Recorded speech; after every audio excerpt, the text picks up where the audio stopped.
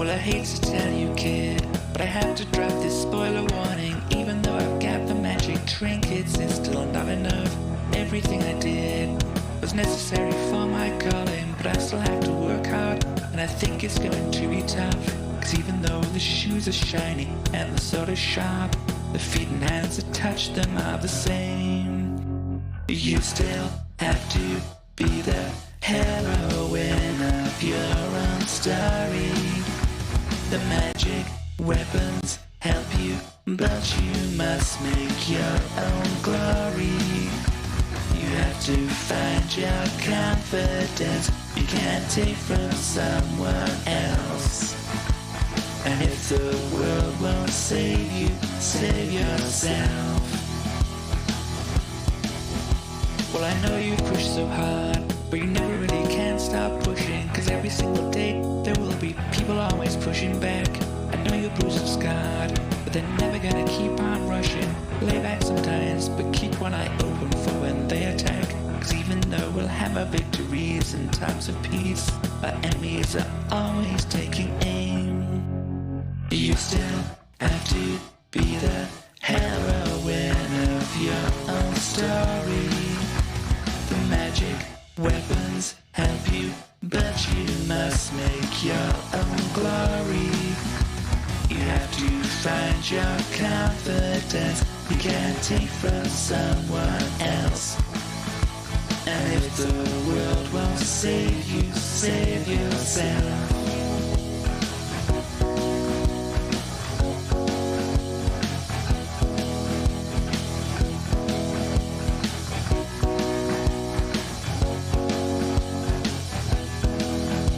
Well, I'm glad you got this far. I'm glad I'm also here with you. Even though no pile of gold or buried treasures at our feet, everything we are is the sum of everything we've been through. And even though it's long and tough, we've found our ways to be upbeat. Even though the world dealt us our hand and stacked the deck, it couldn't change the person we became. You still have to be the heroine of your own story. The magic weapons help you, but you must make your own glory. You have to find your confidence you can't take from someone else. And if the world won't save you, save yourself. They'll try to throw it all at you, so stand and brace yourself.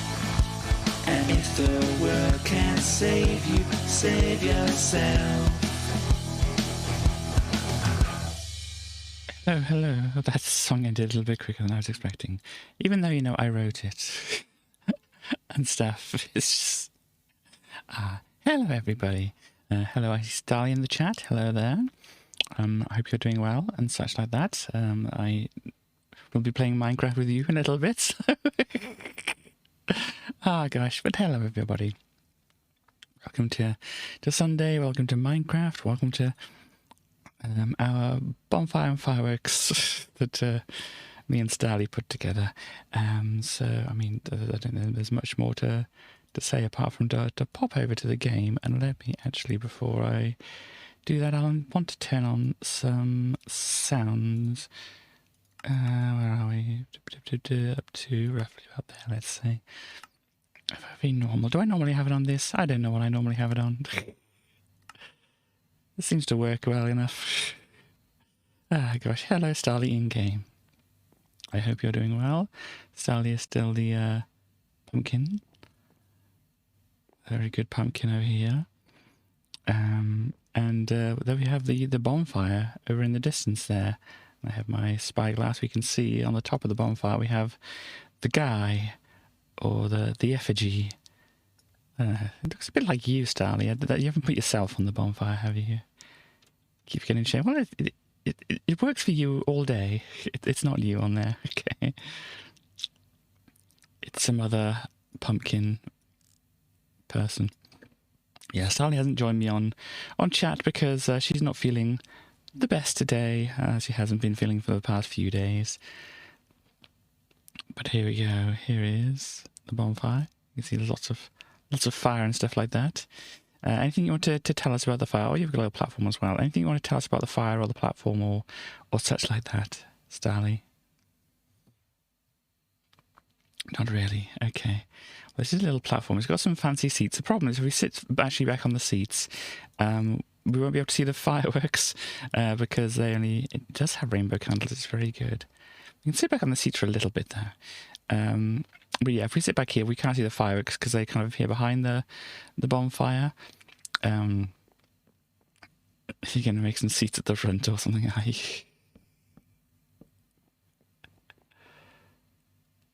Stanley's going to make some seats at the front instead. Pulls up a seat, yes. Hello, Stars. Nice to see you around. I'm sure you built the purple one just for me.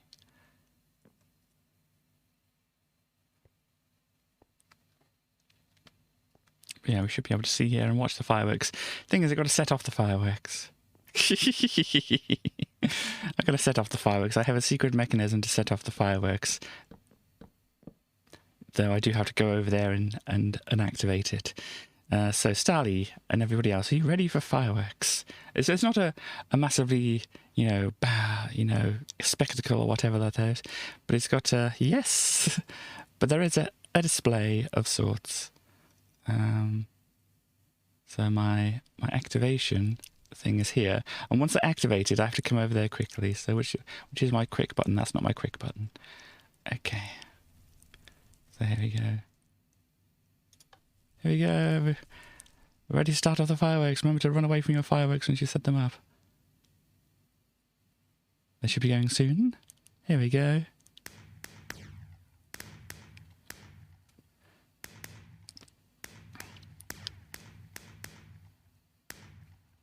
That's it. It loops from like loops over and over like that. But if you want to just sit and watch some fireworks for a bit, you can do so.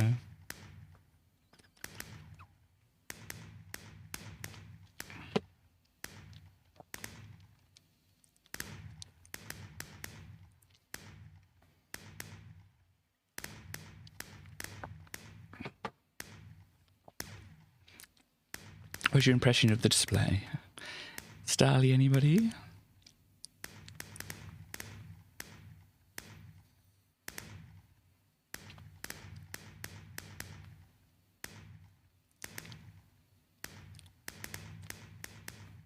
It's very gay. It's very gay. It's very trans as well, as you can probably see in the middle, and they pop up.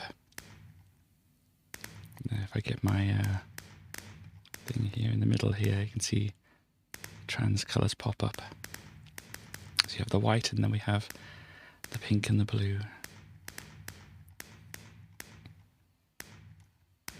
So let me just move my window around a bit. Hello, Chaos. You can see before. That's cool. Chaos, what do you think of? Oh gosh, we can zoom in with this as well. A little bit too far. There we go, the trans colours. You're Cass now, if you want to be. Yes, hello to Chaos. Starly says I'm giving her impressions of the fireworks. You like the display, that's good to hear.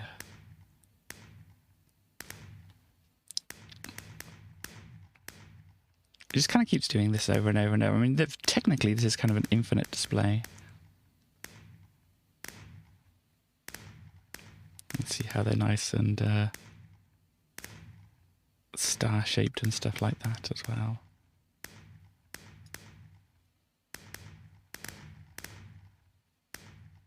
This is great for the climate. Of course, you've got a little arc going across there, and then you have the things popping up in the middle. I think Starly might be just mesmerised by the fireworks. Do I need to turn the fireworks off, Starly? But if we go over a little bit, we'll actually be able to hear the whoosh, whoosh, whoosh, whoosh, whoosh.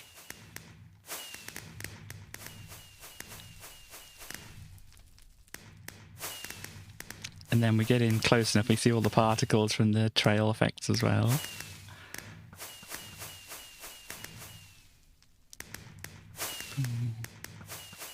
Heck yes.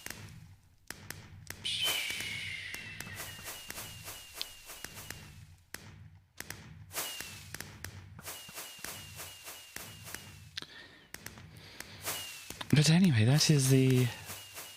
oh gosh. Fireworks there. They'll kind of like trigger a little bit before finally going off. They will go off, don't worry.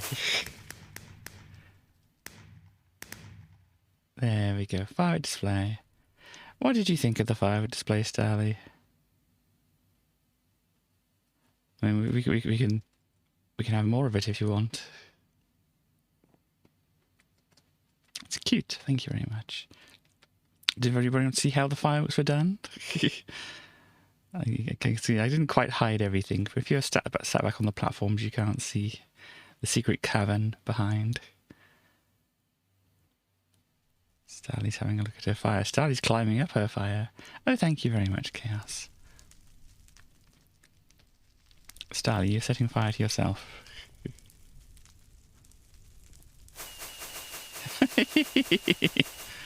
Ah, nice.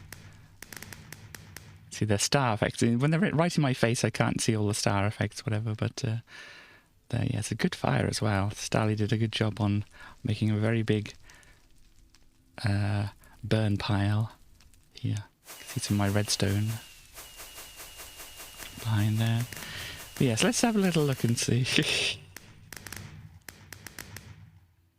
As Starly lets off some fireworks, how things are done. Well, we have this big arch, basically, of, what are they, dispensers? Yeah, dispensers. We have this big arch of dispensers here. And they're all kind of connected via these redstone lines out. There's probably an easy, better way to have this more compact and whatever, but I wanted it, like, spread out so I can actually see what I was doing and kind of figure things out and such like that. Hee hee hee. Hello, Starly. So yeah, the lines kind of go back. The three for the trans colours kind of split off and go into and go into this one area, and then that, and the rest of them are the rainbow colours. If we look in here, you can see I've duplicated quite a few of them. So this could go on for quite a while. And if you want to duplicate them, I think if you just push, is it Control and your pick block button? Yeah, put Control and your pick block button, you can duplicate them and such like that, but then you get some spares, which I've kind of been like littering and they've been disappearing. So but yeah, if we go down into here, we can see all these lines of redstone just going, oh gosh, we could maybe see all the lines of redstone kind of go here, but the other ones kind of go underneath, and this like long trail. So what happens is this bit activates it, and we won't worry about that at the moment, but that bit activates it. It kind of sends off a pulse, and then it kind of has a little delay to go to the first one, then has a delay and another delay to go to the second one, a delay and a delay to go to the third one. So they kind of do it in sequence across the thing here, and delay to the last one, and that also goes through this other delay line here up to the three which split off in those three directions to do the middle ones, and then they get delayed a little bit more before they go right back round to the start. And you see at the moment this is not connected, but when you push the lever that's over here, the lever is down there, it activates this. Well, this is the fuse. So this is your timing fuse, so that you can get back to the platform in a good time to be able to watch it and whatever. Then the fuse activates this piston, which pushes this out here. So then that's permanently in the line of this. So when the thing would come back around here, it would come back in here, activate, or like, yes, yeah. This would conduct through here and then come back through round here and set off another pulse through here again and send it all the way around and round and round and round until you turn it off, which then retracts this block from here, which obviously breaks the chain. But obviously if they've already got a thing coming around here, it'll keep going around there again and again and again. and such like that. And plus also the way I've got it to set off is the way I did it for the in the other one when I was trying to do the windmill and whatever. When you activate this kind of moves in front of the in front of the observer, and the observer notices something happening and like poops out a redstone signal, just a little quick blip, and which comes around here, which just starts off the whole thing, comes around. So when you close it, the observer recognises it, sends off its own redstone signal, and then the other redstone signal that's coming around comes back, or the first redstone signal that's carrying around still carries on around its course, but then this one sets off to another one that goes around again afterwards. So there's probably a more elegant way to end it off and whatever, but that is the way that I've got it working currently. It's probably just like switching the side of the observer to this side instead. So instead of like sending out a pulse here, it would send it out into this side, which then would obviously just like have a dead end to go to here. But yeah, so that is the way that the fireworks works. I hope some people at least understood some part of that. But it's, mostly a simple circuit of, just like some redstone lines sending the thing to say shoot off these things here, and then the repeaters obviously extending the signal, but also adding the delays in it to have it go pew pew pew pew pew pew pew across there. And see, now you know how it's made. We can have a look back here. It might get a bit laggy from particles, but we'll have a look. So here we go. This is the fuse that comes along here. And then when that does that, it comes into here. You see the observer gave out a signal, and you see it's coming back around here. It goes across quickly. So let's stand here and see it go across the front quickly there. And it comes around here, up there, and back around. And then back around here. There we go. It goes across there. And all the fireworks go up there. Get another view of them from here instead. But obviously the intended viewing location is over here. Oh, Starly's doing more fires. Paxton is pretty this one. Oh, that's good. I mean, obviously I didn't try to make it look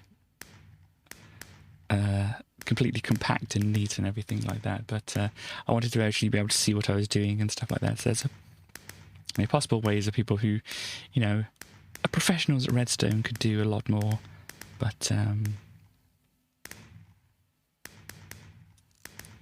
yeah, it zooms in too much there.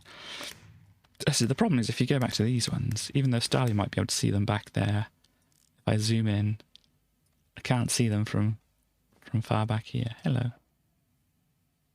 Giving me some you may be making baked potatoes, have you, on the fire? I don't know if I have any space in my inventory. Hang on a moment. Let us... and that's not how you spell it. Okay, potato. What is it called? Jacket potato. Okay. There we go. I have some jacket potatoes now. Sorry about that, Starly. But yeah, you got to stand forward enough that you can actually see them because of render distances and stuff like that. So unfortunately, I can't get a good framing of it, because if I go far back enough, I can't zoom in. If I go close enough, zooming in just zooms in too far. I suppose there's the FOV trick we could do here. We could like do super narrow FOV. Still doesn't quite work.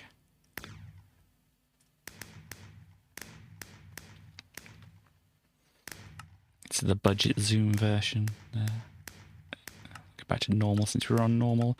I don't like watching. I mean, if I was playing it, I possibly wouldn't mind so much. But if I'm watching somebody play Minecraft, I don't like the ultra wide field of view and stuff like that, because it's just kind of almost nauseating. Whatever. Hello. You're eating your potatoes, wow, and you're flying as well. Can you do that in creative then? You can. Thank you for the potatoes. They went missing for a while, but I found them again.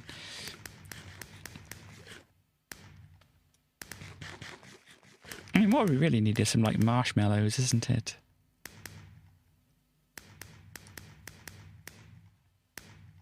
And the closest we have to having some kind of marshmallows or such like that would be something like this.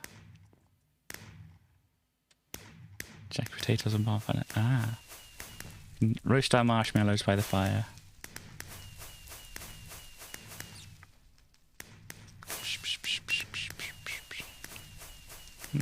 No marshmallows.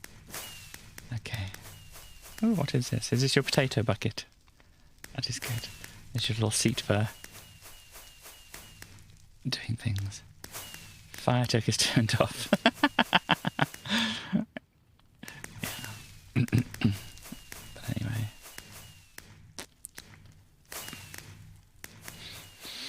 So yeah, because it's not the safest still to congregate in large crowds and stuff like that, and huddle around a bonfire. You already Jacket from Bonfire Night too? We didn't. We're missing out.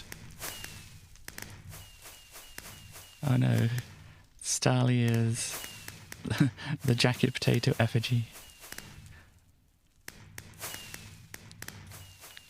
Starly is the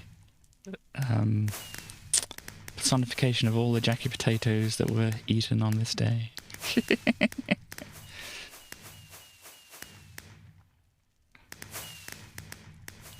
on. This is a very dramatic shot. Ow! Did you cook them in the fire? I think Sally cooked them on the little fire here. Stop shooting at me. Why are you shooting at me? Why are you shooting at me, Sally?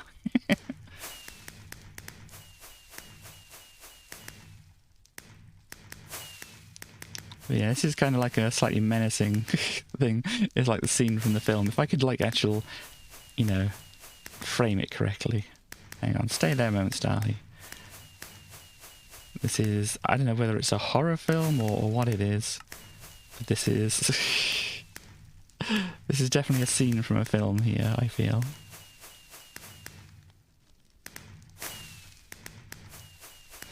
It's an action movie, something like that.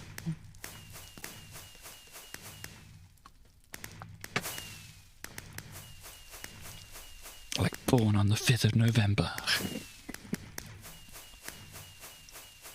Would really be Born Halloween though, wouldn't it? Nobody celebrated Halloween with her, so she took to the pyre and taught them all a lesson about Halloween. Or something like that. Hello. Oh gosh. I'm zoomed in too much for this, darling. Normal, there we go. These are very good fireworks. Oh, you've got them for that, have you? You can have triple shot things, can't you? Can you do triple shot with different colours? Because obviously I would pick all the trans colours to do that with. You can also do fades between the different firework things. I mean, you can get very deep in the fireworks. Here, because I've got various things, like here's the light pink blue things or whatever. And you also see my little work area over here. Well, I tried to set them up behind the mountain, but as I said, they were going to be too far away by that point, so they needed to move forward a little bit. This is my first attempt here, and this is like the manual clock.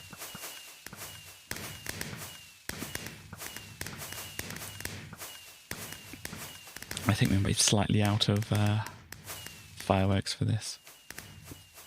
Oh no, jammed it up. Yeah, I mean, do you expect any more or less from Starly? Excuse me? A redstone? Oh, this is still on, is it? Ah, that's why. I got confused. Me, a Katie, being confused. Yeah, that dispenser's completely empty.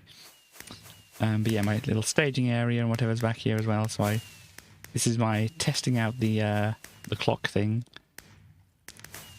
So if you want an idea of how the clock works.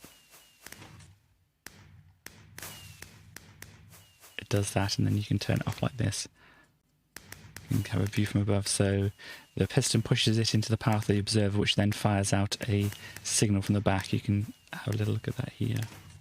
See it fire out the signal. And then when it fires out the signal, it comes here, and then it's only fires out a brief signal, so it goes off afterwards. And then the repeater holds onto the signal for a tick, and then puts it out here, and then into here, which holds onto it for a tick, which puts it out, you know, through here, which gets picked up by this here, because redstone is kind of weird. And then goes around and around and around and around like that. And then obviously if you want to turn it off, what you do is like flick the lever just to break the thing, so this can no longer conduct in the slot here. Also, I have my crafting bench for my very different fireworks. Here I've got some fireworks stars and things like this. Did I use this one? I don't think I used this one. Let's empty out some of my inventory so I can do some more fireworks and things like this. There you go, got some purple fireworks stars here. We've got some balls and stars. That's a started one. Why would you have anything other than purple fireworks? Indeed. But oh no, that's the wrong thing. That's how you look into chests. So if you wanted a purple going to, oh gosh, say, gosh, what's a good colour for purple to go to? Where's my white? Never mind. So if I like duplicate that pile there, hopefully if I go over to here, I can stick some of the dye here next to the purple star, and it'll do fade to yellow from purple. So you can pick up a bunch of those if we want to, like this. So we've got a lot of the fade stars here now. And now what we do is we just set them up with the gunpowder. And then we'll have a bunch of... Oh gosh, I made a lot. To fill you with explosions and launch you into the skies. Indeed. Well, we have a lot of these purple to yellow ones now. Yeah, then we got to get a crossbow, don't we? By the way, with 2 lawyers present, a video confirmation of consenting right. Oh dear. It's a crossbow. If I grab one of those, I'll switch out the redstone for that. Do we just launch them? How do we do this? Oh, that's an arrow. Where do I get arrows from? Where do I get... How do you do the crossbows?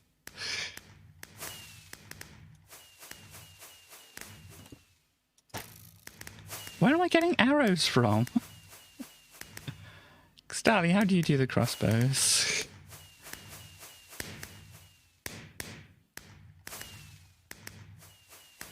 Oh, Starly's disappeared somewhere.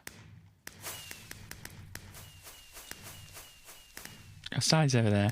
How do you do the crossbows, Starly? I seem to just be firing off arrows. Do I have to combine them or something?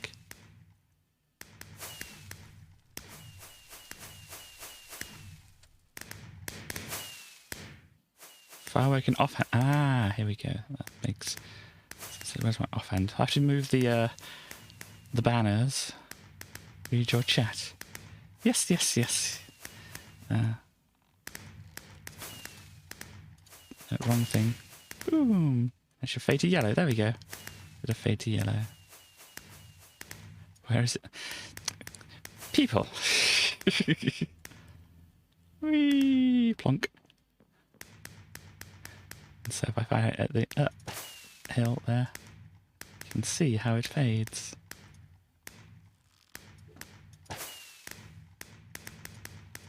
You've got to hold it to do it.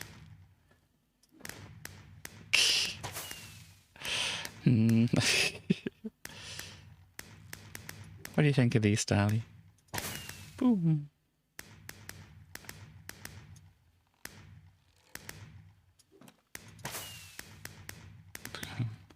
Actually, how many fireworks we got left in the display? Very nice. Let's turn this off so that we don't run out. Well, it's been going for a while. It's still pretty good.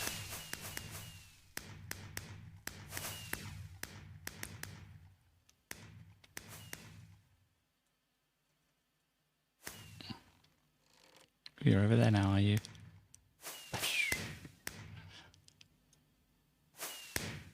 Yeah. Look, Stallion. It's exploding into stars.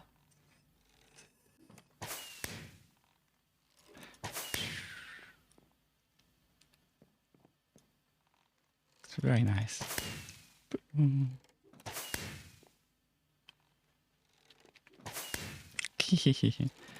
Oh, you got pink ones, have you? Oh, you just got pink ones. I thought they were fading to pink, but apparently not. That looks weird. This looks very, very, very sinister, the draw. Can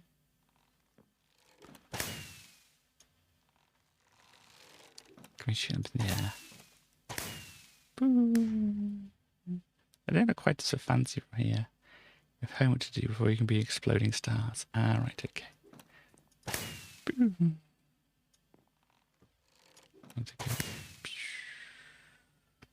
Very, very fancy, aren't they?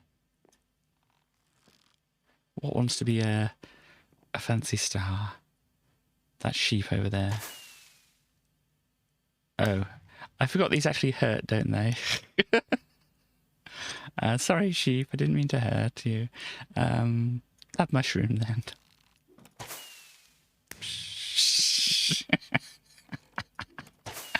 Ah, dear. You know, sometimes I'm not trying to kill the sheep. Just kind of accidentally. Oh, dear. Okay, I get it. Look, I'll detonate myself.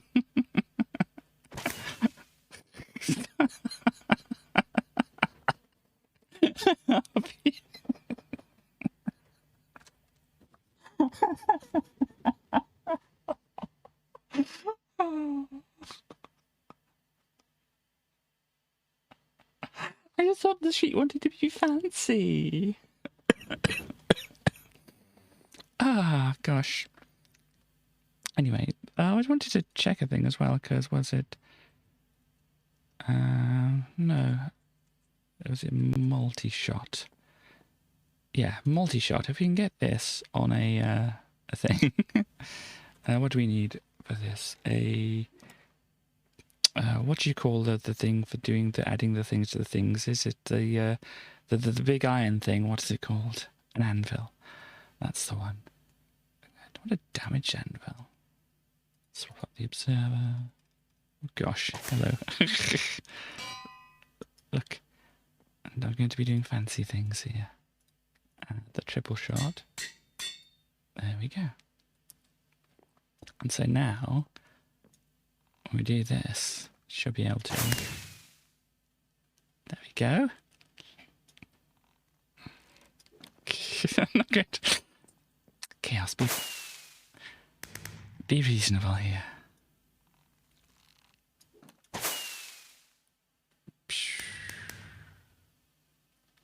That's good.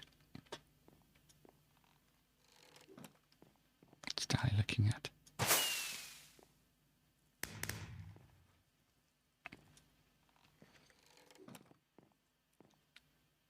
Let's get the mushrooms over there.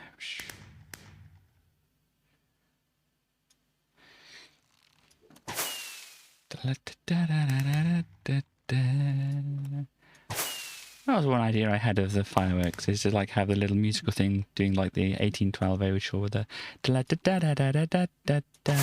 then boom in time. But yeah, these, as you can see, these are all shot at the same time. They all explode at different times, so it's not easy to time. Yeah, the fireworks. It disappointed I didn't. Well, as I said, you can't really time these very well. Plus, I'd have to have the music being close to us so we could hear it, but the fireworks being far away, but not far enough away that they'd not be visible. It was a lot of complexity to the thing, and you can already see how this reasonably simple firework display is already reasonably complicated. I said there can be some compaction to this, but I was obviously trying to make sure it, you know, was hidden from view here, so the things going down was a good thing. Plus, as I said, it's like spreading it out a little bit for me, just to have some space to work in and figure out what I was doing was seemed like a sensible thing to do.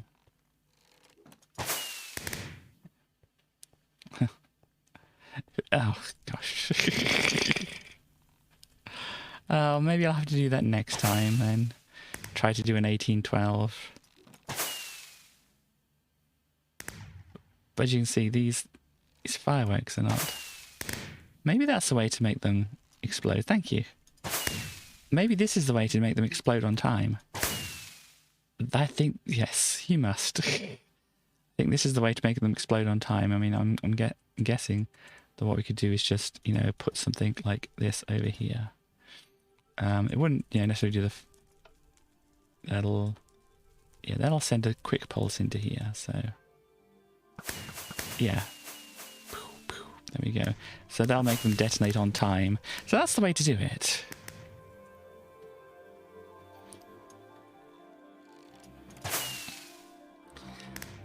But yeah, just imagine if I wanted to add like just another stage, a V outfit. Oh dear.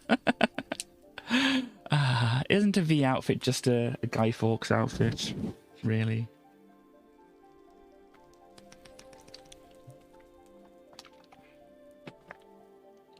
You know, I think I saw like maybe like half of that film and didn't see the end of it.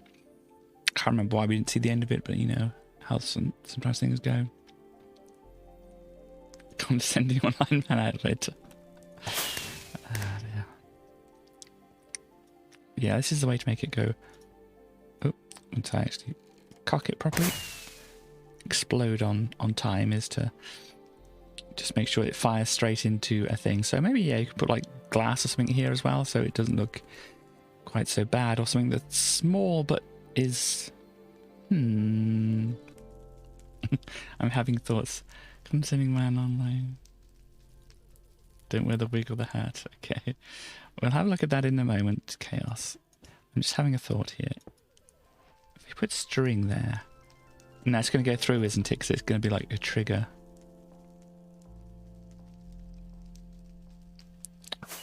Yeah, it's going to go through because it's going to be a trigger. But light block. What do we think about light block or barrier block?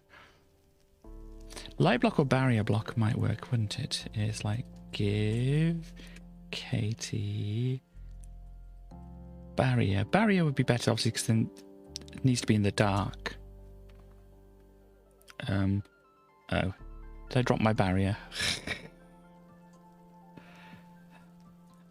I know I do have the barrier. Here we go. There we go. So we pop the barrier here, and obviously it just wouldn't be visible. And we can get rid of those kind of things there. Trigger this, so then hopefully when it all goes round. There we go. That's how to make them explode on time. Obviously, it would have to be exploding on time very close to the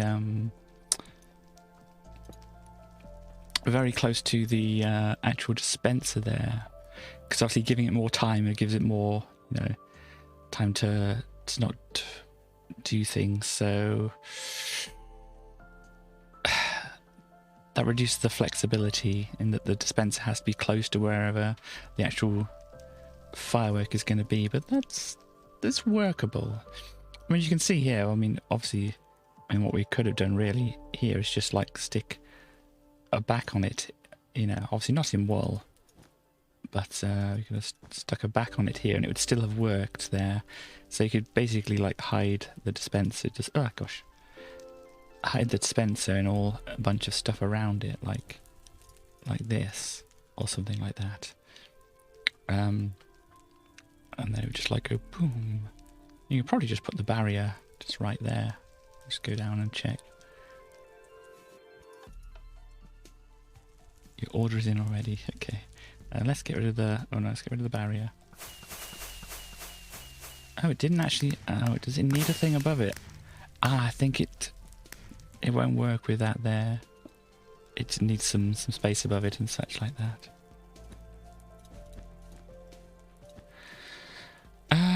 Or I messed up the redstone by putting down other blocks. That kind of thing can happen, you know.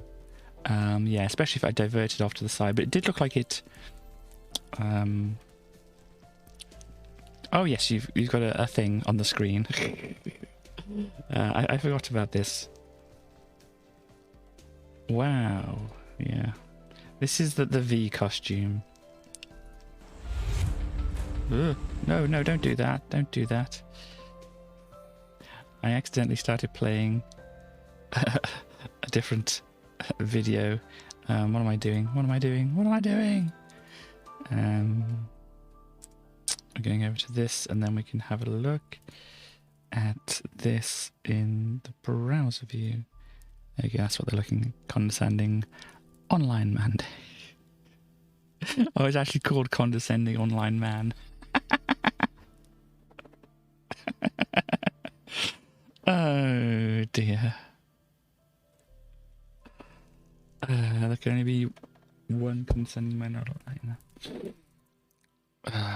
Unfortunately, there are many pretenders to the throne. And yes, pretender is a good word for them. Anyhow, get it now. Condescending. What if I want to be condescending woman online? Or is that just like every woman in the eyes of a man?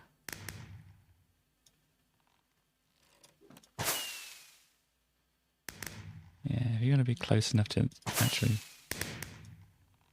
get it. So if I want, yeah, this one to go first, and that one, and that one, got to be roughly about this close. Because if you get further away, they can maybe go out of sequence. Though they're obstinately, many dames can keep it. Oh right, okay. Yeah. Oh right, okay.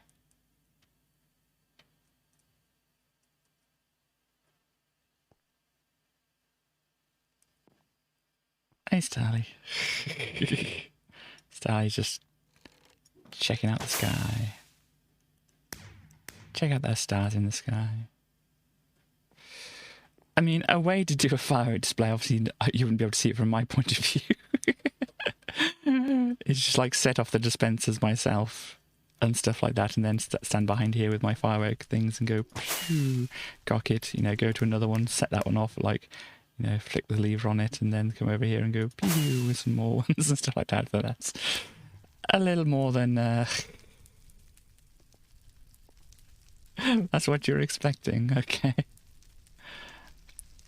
But yeah, I mean, as I said, there'll be a way to compact this. There'll be a way to put some other ones in the middle. But, you know, as I said, if you want these dispensers close to each other and stuff like that, I mean, yeah, there's probably a way to trigger off different ones at different times and whatever. Because you can do like things like 7-segment displays for clocks and things like that, can't you? In Minecraft. So it's like, it's a way to activate on a certain pulse or whatever, certain lines rather than other lines, and hopefully it wouldn't get too complicated. And this is just using like just the redstone and repeaters and things like that. So, I mean, I think there's probably a way to use target blocks or more observers and things like that to compact it and that kind of thing, but I'm not as well brushed up on that kind of thing as it's just the basics. Started looking down now. Boom. Hello, Panali. We're having a firework party here. Ah, a Starly right up in my face.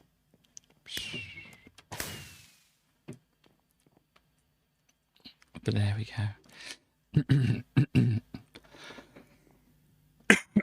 Starly, anything else you want to do in the in the Halloween zone or the bonfire zone? Sorry, it's the bonfire zone.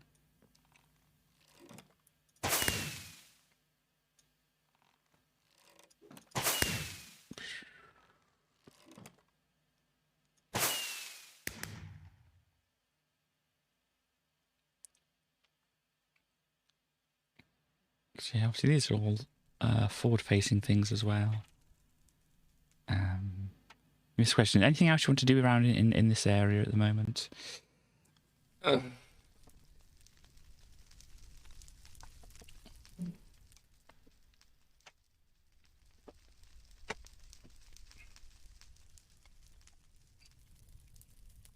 do you know the coordinates to get back?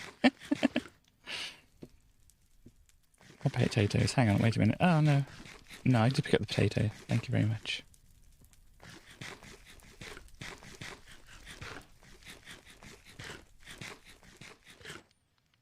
Do you remember the coordinates, Starly?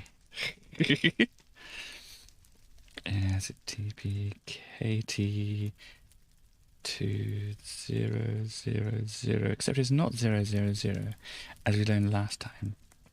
We want to do like 80 or something like that. I'm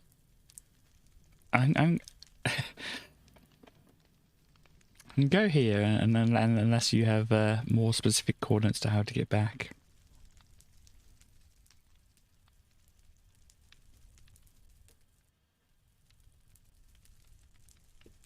You've gone to minus 85.70. Okay, let's do that. Minus 85. 130. Oh gosh. Well, I was going to do it. Oh, this is my boat. Yay, it's my boat, everybody. We might want this in day again. Let me do that. Watch your eyes, everybody. Sorry, I should have said beforehand, shouldn't I? Arr, look at me vast deck, or something like that. But yeah, so this top part may look, kind of similar still. I may have done some bits and pieces to it. Oh yes, I added a chain coming up here because the chain locker is down there. If everybody remembers the pictures I was showing. The chain locker comes down here. This is the device for activating the anchor, which kind of the chain goes out the side here. And I was thinking anchor in Minecraft. We don't really have anchors, but aha, we can go for this instead. Does everybody know what this is? Tanker stolen by modern pirates. Probably, yeah. Well, it's not a tanker. It's a trawler. I need to actually give it some proper, finish on the outside. I wasn't quite sure. Starly understands what this is. Fire, yes. But yeah, this is just basically showing where the water line will be at the moment. But yeah, I got to figure out what kind I want to do because apparently they could be either in wood or iron. So I'm thinking, well, we have wood that we've done before, but then a lot of them are wood, and so it's like, maybe. Thank you very much. If anybody doesn't know, that is a spawn anchor. I love fishing, yeah. But yeah, so I've done some of the bottom part of the ship here, as you can see. We have it going all the way along this side into the back, where we would have our rudder. The rudder would be here, and then the propeller would be here behind the rudder to go make it go whoosh and whatever. And I've left this side a little bit more open, so we can actually have a look inside how the layout would be for this area and such.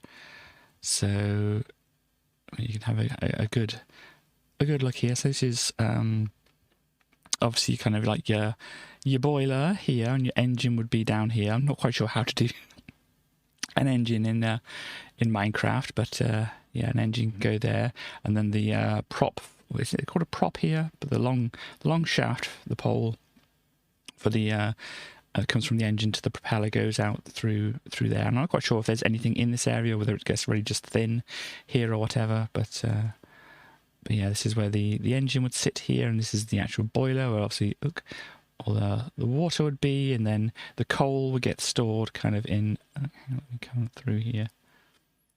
Oh gosh, coal would get stored in like this area off to the side here. Obviously, this would be a wall on the side here, so you can see you've got some coal piled up here. There'd be more coal piled up all the way back here, and then I don't know if this is the way it's actually laid out, but clean coal, right? Well, I don't know what what the pirates have been using. But yeah, you've got coal all around the side here. And then I think from the drawings I was looking at that it shows that there's like a tunnel leading through the middle here. It's slightly more sloped upwards, but there's a tunnel leading through here. And this is going to be like the main fish room and stuff like that. And so you'll have like lots of shelves and things in here. And the fish can be stored in here because obviously they're a trawler, they're big trawling for fish. But this is a requisitioned one by the pirates to do other things instead. I'm not quite sure what. I think this is like just a flat wall, so you couldn't actually go through there. But you can see if you look upwards, if you wondered how to get into here, well, basically you go through the hatches, and I think you climb down some. What do they call the things on climbing walls? The little things you kind of grab hold of. I don't know, but maybe you come down on there or come down on some netting or something like that to come into the bottom part here. But yeah, I think let me check if I come out here. Is there any here? There's surely got to be. I don't know, because I looked at the arrangement of things. There's got to be a way into here, unless of course the way in is through this tunnel here. So in order to get to the boiler and the engine, you'd come down through the ship here and go through there. I may be completely wrong about this, but from the drawings, it seemed like that was the way to go. And then the bit that's inaccessible from there is the bit that I don't know how exactly you would access. This is your chain locker. This is where the chain lives when it's not out, being like part of the anchor system and such like this. And this is basically some other storage and stuff like this. And this is your forepeak over here, or your collision bow, or whatever they call it. It's collision something or other. Collision bulkhead, that's what they called it on some of the drawings here. So your forepeak or whatever. Maybe they serve a similar purpose, just in case you knock into something, you're not, hurting any of your vital equipment or such like that.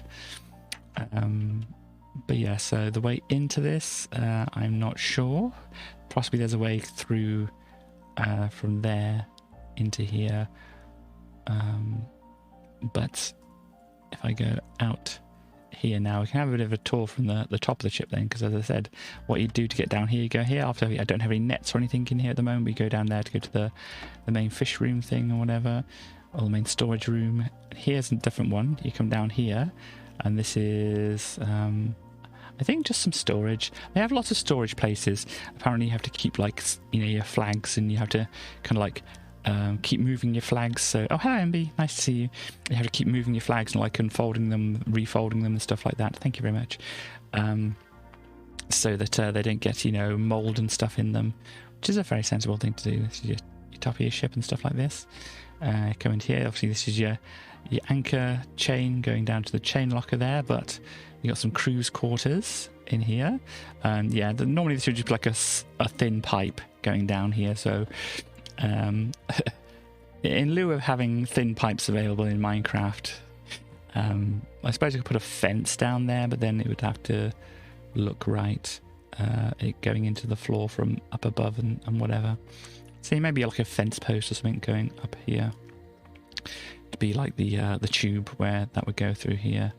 And you've got some beds. The beds will be at the side here, and whatever. And you have some seating in the middle and such like that. Obviously, you won't have these things where you can see through the ship here and here, but that's just there for working on it at the moment, really.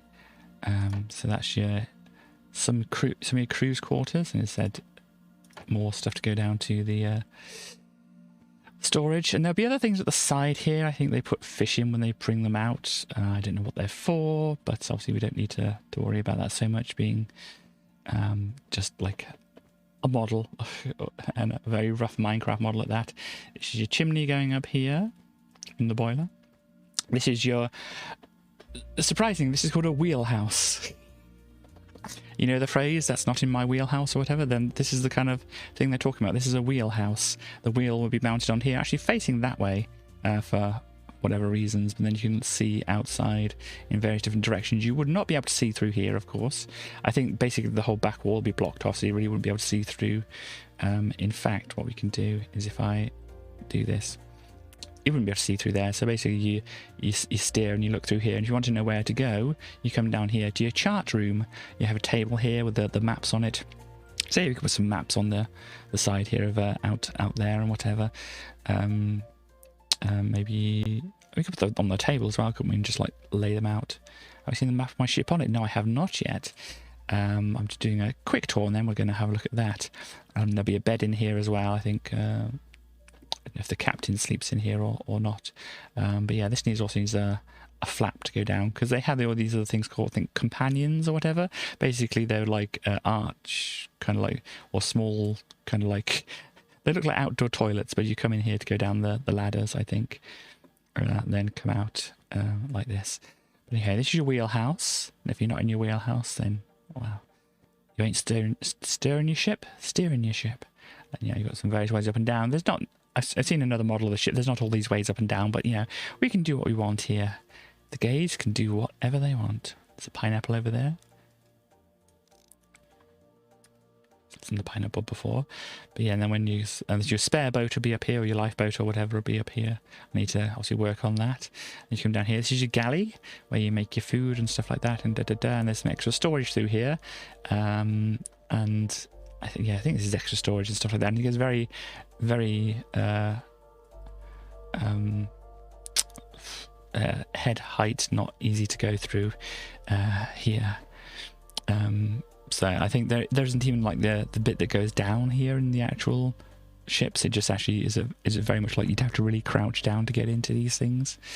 But obviously that's not the best thing to do in Minecraft. So we don't have that here. And obviously here's got some more stuff. This would be like some more crew's quarters. You'd have the beds kind of arranged at the back here, and some seating and things in here. And well, this is your mess hall down here.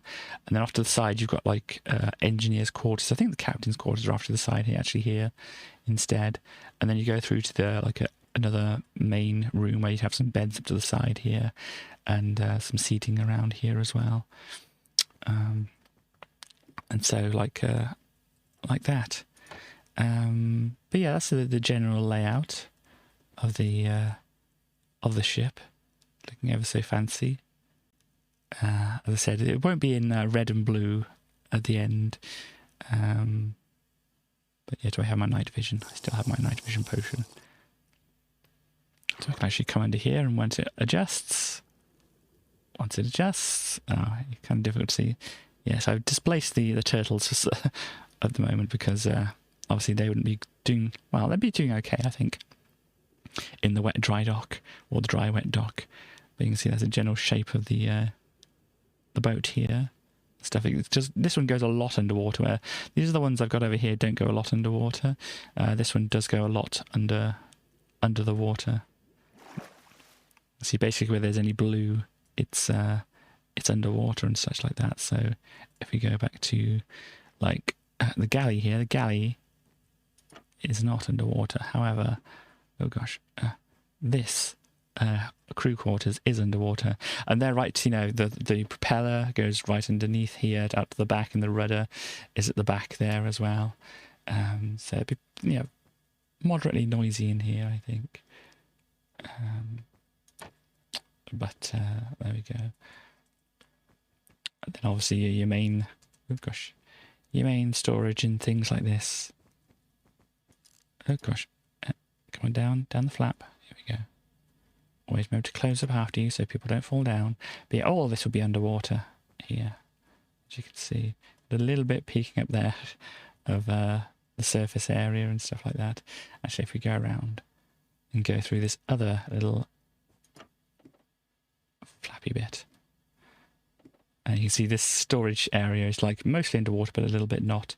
I need to put some portholes in here as well. I've just kind of remembered, because yeah, we definitely need portholes. Not quite sure exactly how to do portholes in Minecraft, but you do windows at the very least, but there's possibly some other way to make them a little bit more fancy and such like that. But yeah, I mean, obviously a lot of these ones around here, you know, this one here, this one's not a wooden construction here, so maybe it won't look too bad.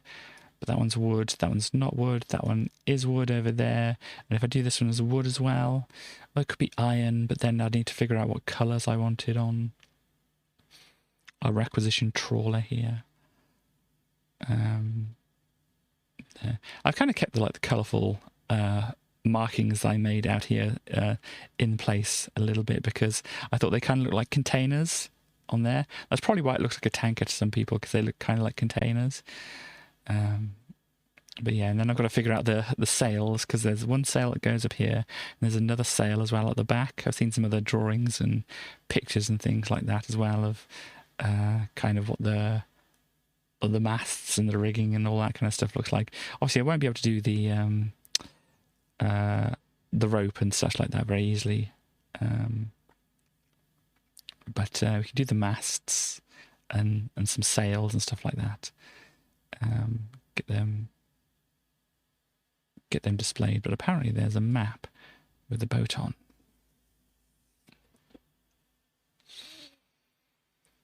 Which the map is not there. Gosh, this expanded a little bit, I think.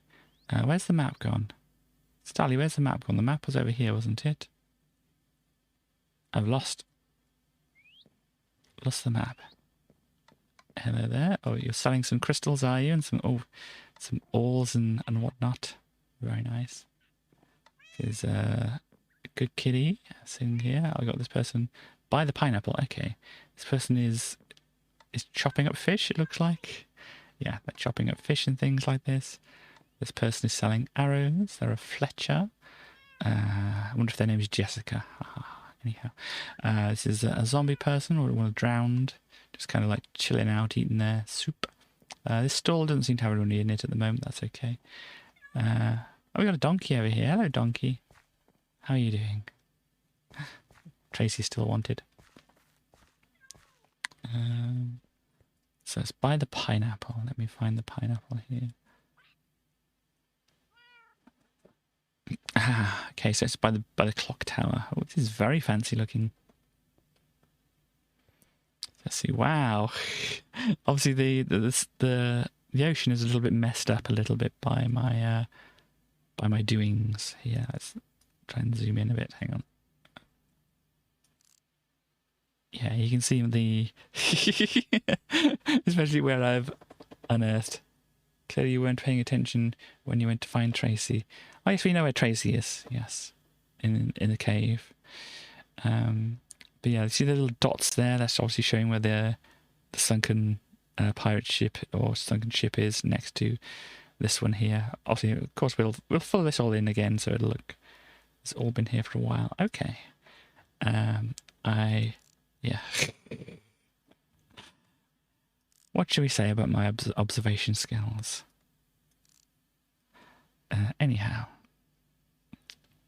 you have my first boat, which I forgot what their name is.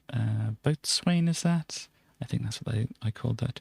And Rafty the raft over there, and this one is Forecastle, I think, here. This one, I don't know if I came up with a name for it.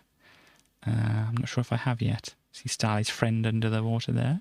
See the little things, and a little Enby's raft over there still, and Starly's boat over there. But yeah, so it kind of does look very, very strange with the kind of like the border around it and such like that. But the boat is looking pretty good. But yeah. George is a good... Oh, they're called George. I mean, you've probably said it before, but, you know, memory and all that kind of thing. Anything around Pirate Town you want to show me, Starly? Since, obviously, I haven't been paying a lot of attention to things. Somebody over there. Not really, okay. There's a person over here. Eating the cookies with the cat. I think I saw this one. Hello, kitties. You don't know what I haven't seen. Yeah, that's the problem. Ooh, it's just like dead coral. This is an interesting one. Slightly disturbing, but interesting all the same. It's like this is H.R. Giger's house, I think. Oh gosh. With a pesky bird on top. Dead coral. Yeah. I think we need some, well, I don't know, what would you call Giga's design? Some alien-esque creatures from the deep. Which, yeah, a lot of creatures from the deep do look very alien-esque. And this one, wow, the most expensive house in Minecraft. George style, yeah, George style. Oh, gosh, a very expensive house. Some birds. Let's have a little fly, because I think we saw most of this. That's SpongeBob's house over here. Have you worked on any interiors and such, or are you still just working on the main outside look of things? Hello, sheep. There's a brown sheep here. How now, brown sheep? Yes, hello. And a piggo. Hello, pig. Not really. That's okay. I was wondering... Ooh, I don't know if I've seen this friend. Oh no, I did see this friend, didn't I? They're the crab. Very, very good crab. I like the little eyes, you know, especially the little, you know, even though the candles come with the little black bits on the end of them, it works very well. Crab, indeed. Crab fighting off the worm monsters and stuff. And here's, as I said, Enby's raft over here. Through to the nether, which we don't go to. Oh, we haven't gone to. Or maybe all the sea monsters have escaped from the nether. Or maybe they're escaping to the nether. Yeah, I definitely saw them before, yes.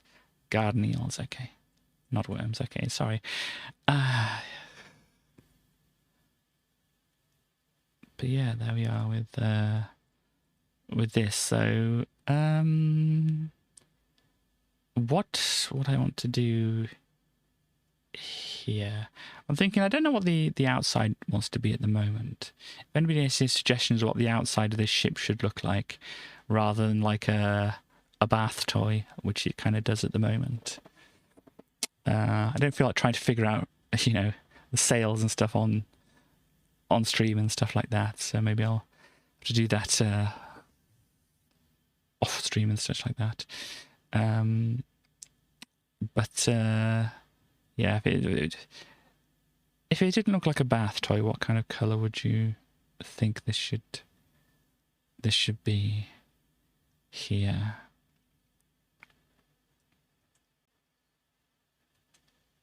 I mean, because it could be any colour. It doesn't have to be an authentic kind of colour. But yeah, maybe black like your soul. Indeed, chaos indeed. Maybe we can try and, oh gosh, work on a bit of a boiler design or something like that. How much time do I have? I have plenty of time.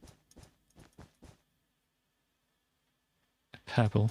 Could do a purple trawler, yeah.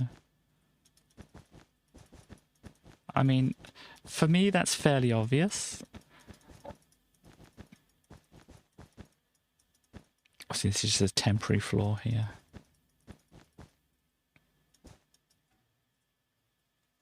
To try and work on the boiler.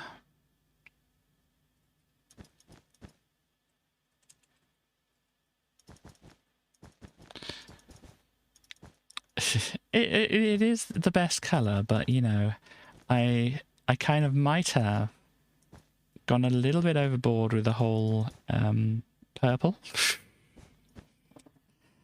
At the time in my life where I discovered certain things about myself. I mean, I did like purple before, but obviously that gave me an excuse even more to purple up the place. I mean, I don't know if you can see right behind me. These are some bed sheets I have which are purple. which are currently just, you know, making things look a little bit prettier in the background. But yeah, that's the chimney goes up through there. This is the boiler. I was thinking, you were saying with purple here, so let's have a look. We have various purple things we can make it out of.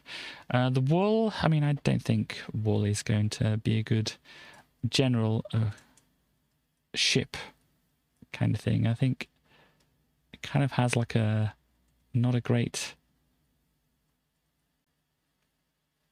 I mean, the texture's fine, but it's not ship texture, really, is it?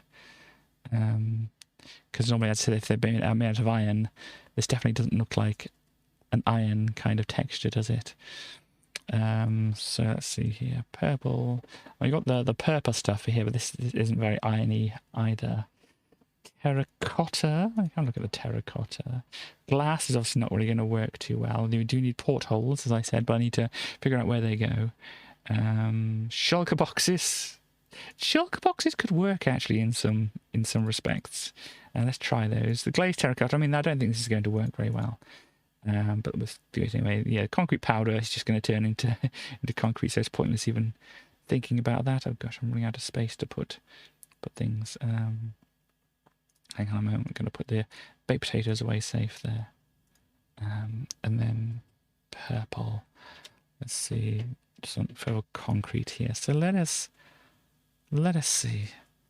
Because if we do like parts like this, we start off with the first one here. This one is not really going to work, I don't think, even if we got it the right way round and such like that. Though, I mean, if you can get these all the right way round, we do have the wrench and things like this.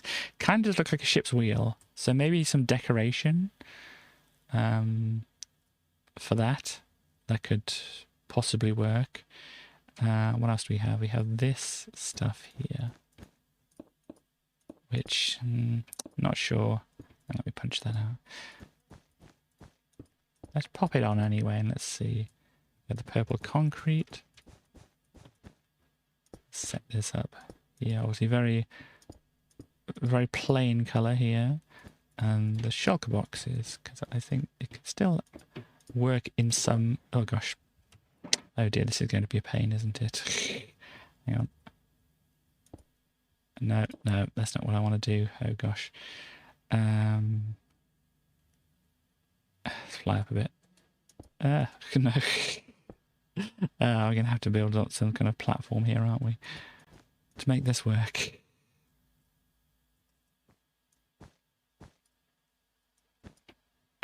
Shulker boxes. There we go. Because they do have a kind of texture to them, which could work as like ironwork.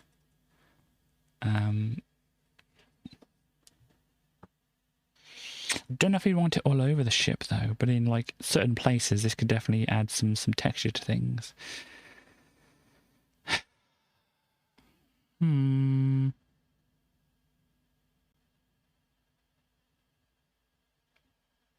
What are people thinking? If anybody wants to kind of weigh in on what they consider. Yeah. Of course, there are purple things which may not be called purple whatever, like the anchor here. So let's have a look through. This is just going to be all things, isn't it? Like, on the got crimson planks. I don't know, because I don't think that's going to work. Let's try working with that. Can I just go down? Do I have to scroll? Here we go, this will work. Oh, the amethyst, of course. I think texture is good. Yeah, I'm trying to figure out what's going to actually work. Let's swap these things out. And the budding amethyst isn't really going to work because it's going to bud, isn't it? Copper's good. Crimson stem. Stripped crimson stems could work. Let's see. Stripped crimson hyphae.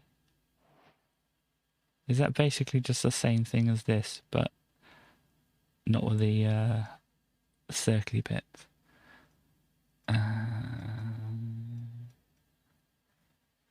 yeah, got some plank things here. The purple.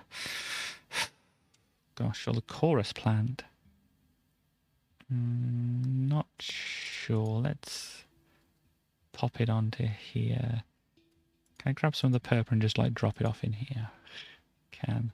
But yeah, it's going to reset me, isn't it?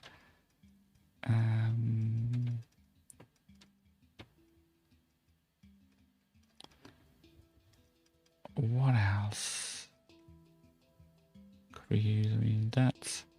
Yeah, the purple terracotta doesn't look so great, but the blue terracotta looks like a closer kind of colour. Let me actually move some things over, because I want to try and keep hold of... Oh, gosh. Here we go again. So maybe like the blue or the light blue terracotta? I mean, what looks... No, don't do that. I think the blue kind of suits a little bit more. Yeah, purple shulker boxes. We already had that. We had the pink with the things there. This is just the concrete, isn't it? Yeah. Bubble coral. It's going to be underwater. That's going to be fine, isn't it? Gosh, we're going all the way back here. Yeah, going down here, the bubble coral stuff here. Can't make the whole thing out of doors.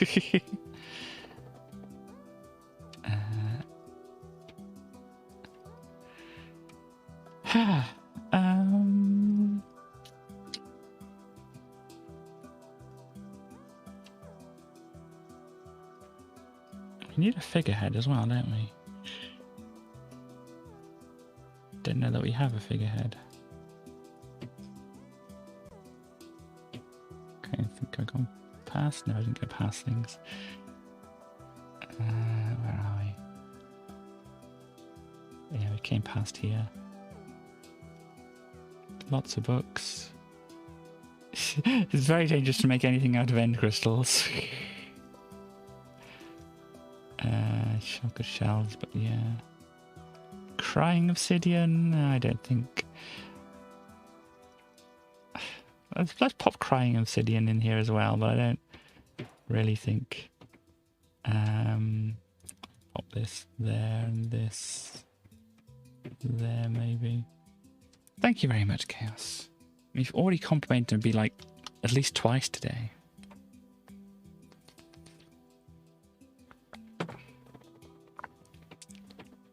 Are you sure you're feeling... There we go. Are you sure you're feeling well? Yeah, let's measure up some of these other things. Oh gosh, there's a lot of them. Fortunately, we have a lot of boat. So let's see. These are the shulkers, aren't they? Yeah, shulkers, concrete. Try the crimson planks. Let's pop them over.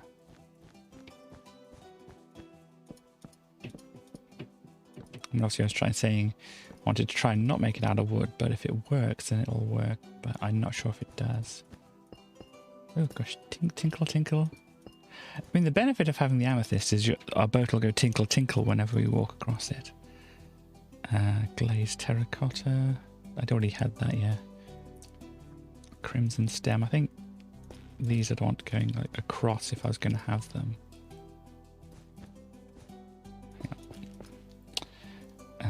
Is this the chorus plant? Oh, you can't actually put the chorus plant down. There we go, and the blue. This is too dark, I think.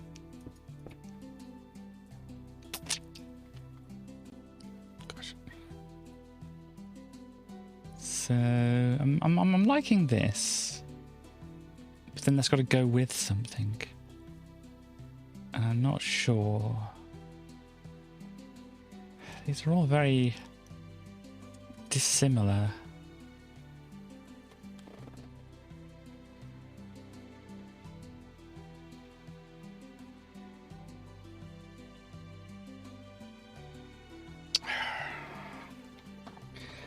This is a tricky one.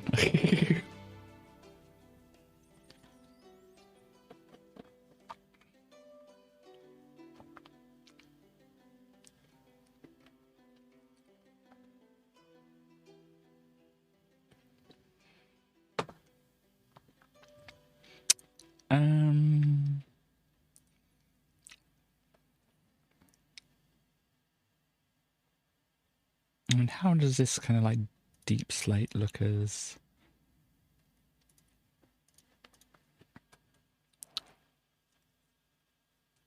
on a boat?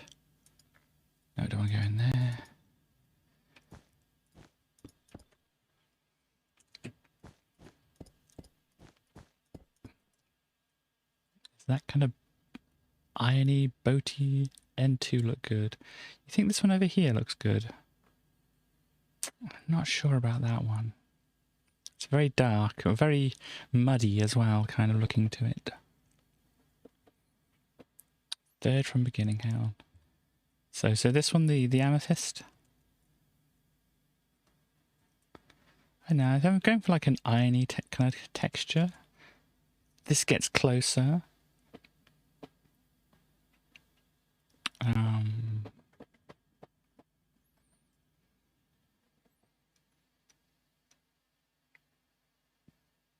At least in my mind to what I'm trying to do. Block of netherite. Let's try this.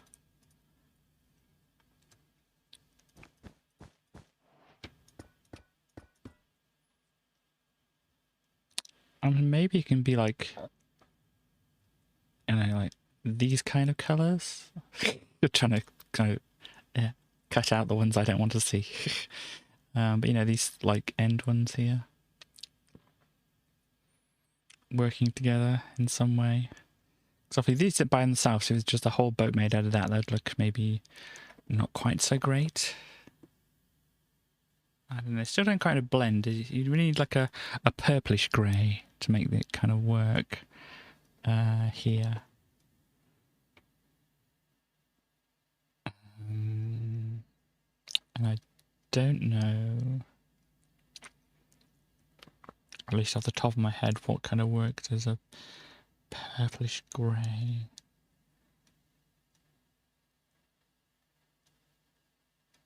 Let's see.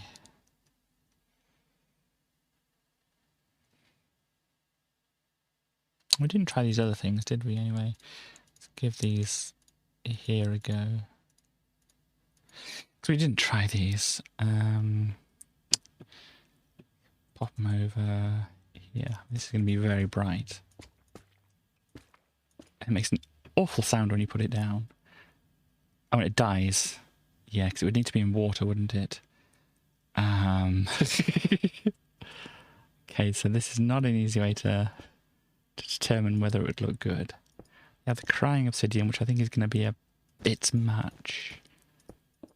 And then this, which has some different textures here. Can it also go like across? It can.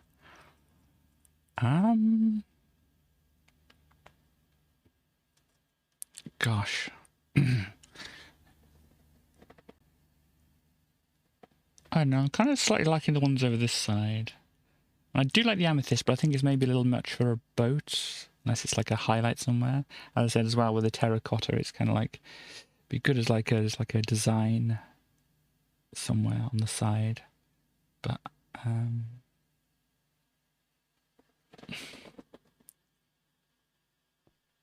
I mean, gosh, colour palette wise, we stick some of these down. And then we go into something like a deep slate. And then, no, we've got to go the other way. Into the shell curves. No, into the shell curves.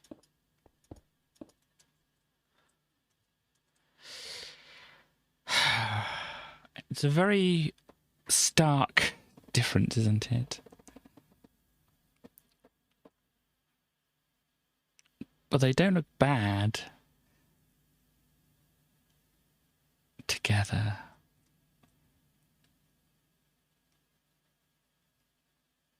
You have like emphasis and things like that. You can pop some of these down.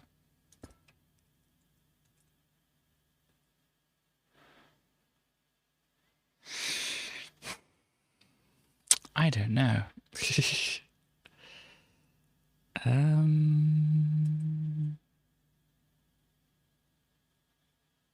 Yeah, as I said, these are only like occasional things anyway. kind of set into, like, I don't know. That's a tricky one. Anyway, so that's an idea for there. Or some ideas. And just the actual texture of those things on here as well. I'm not quite sure exactly how they would go together. But yeah. As a boiler, I need to look at my images on here. Boats. The trawler. Looking at it. I'm not bringing it up on the screen at the moment, but looking at it, it's basically just like a... Oh gosh, come on, scrolling. We get there. Like a cylinder. Yeah, basically a cylinder. Which would have obviously some kind of...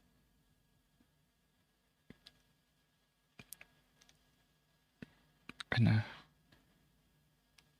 It spins, which spins other things. No, does it spin? No, the thing, it's a boiler. It's boiling stuff. Oh gosh. It's boiling stuff. Basically, it needs to be a cylinder. Basically, it kind of needs to be wooden. So what have we got? Wood. No. I need something which have stairs to it. And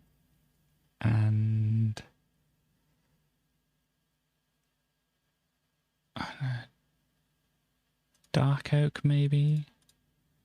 Let's have a look. Dark oak planks. There we go, to go around, and then just kind of need to like cylindrify this, and this is not even, is it? 1, 2, 3, 4, 5, 6. Oh gosh, 1, 2, 3, 4, 5, 6, 7. Yes, that's going to be a little taller actually than this, I think, for it to actually be cylindrified. Well, so if we pop these down here, we'll be able to see. Oops, pop that back. And yeah, the back, I'm just going to not changing at the moment. But yeah, so basically a cylinder like this. So, Minecraft circles. Let me just quickly bring up, I might bring it up in a thing where people will be able to see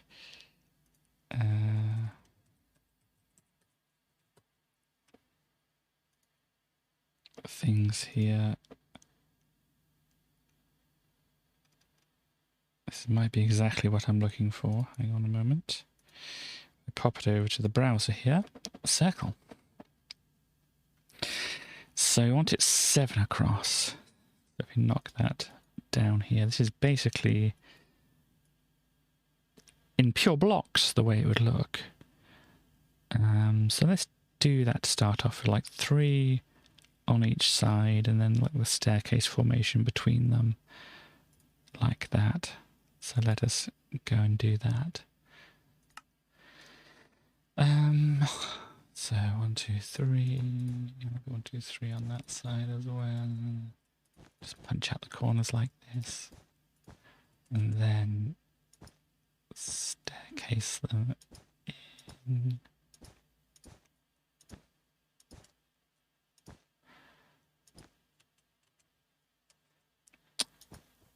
So that's your basic circle. Obviously, if I want to add some extra circliness, I may have to go through the floor here to do this. Hang on. Oh gosh, I'm stuck. Would it go there? Like that? But then it won't be symmetrical, will it? No, it is actually, isn't it? It's fine. Yeah, no, that'll work like that. I don't have to go to the floor to do it. It's fine. And nobody's going to see the inside of the boiler, of course.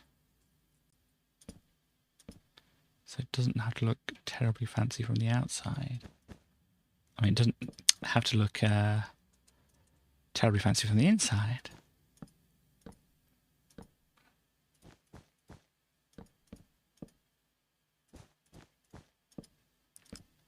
So it really doesn't matter what's... Oh, somehow I got the stair here the wrong way around. Let's try this again. And there's okay up there. So basically what we'd have... No, wrong things. Is... Oh, this going around here like so. And if we go back to here, say, I think it looks okay. I mean, you're going to have your engine here in the front here as well. I don't know...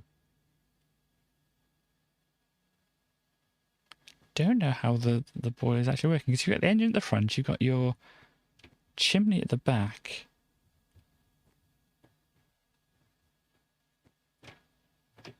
They put the coal in somewhere to heat it up to... don't exactly know how this works. Surely you want the steam driving some kind of turbine to make the engine turn, but then you've got just it going out the top there, or is that just the burning coal chimney that the coal goes up there then? And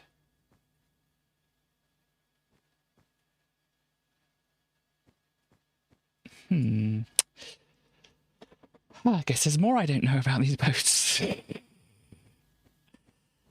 well, anyway,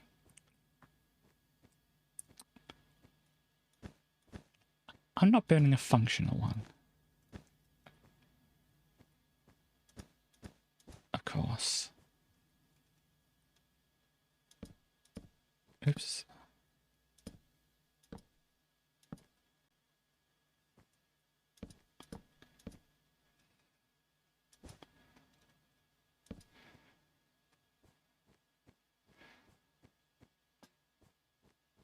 Yeah, I suppose I can mention here, I mean, I posted it in my Discord, so I think a lot of people who are watching at the moment would know, but Nembon, a kind of technical Minecrafter and farm maker and stuff like that, has actually been employed by Mojang. He also created a mod called Carpet, which has a lot of like technical information and stuff in there as well, but also has important things like movable chests and things like that, which, you know, I know certain Minecraft YouTubers who have been wanting movable chests for a long, long time. And also they did a like a automatic crafting thing as well, which, you know, may or may not see its way into the game, because, you know, there's a certain amount, you know, that wasn't it Mojang put up their thing a while ago on, was it like last Minecraft Live thing, where, oh gosh, where they kind of had their like design ideas for Minecraft. It's like the player must kind of like initiate everything, is their idea of how things are supposed to go. So, you know, I mean, it's like a lot of automation stuff is not really in their design ethos of Minecraft.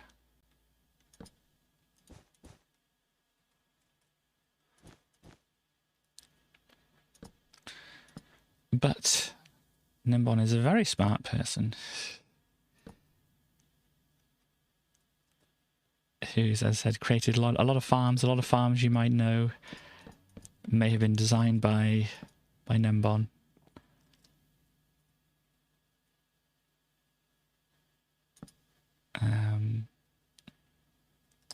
So yeah, them getting actually hired by Mojang is a very interesting thing.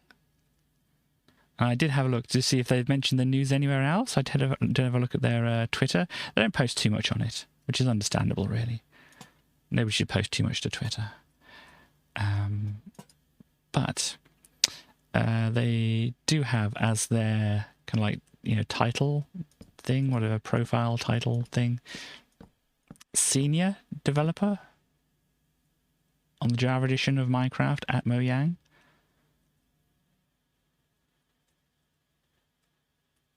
So it looks like they're not just being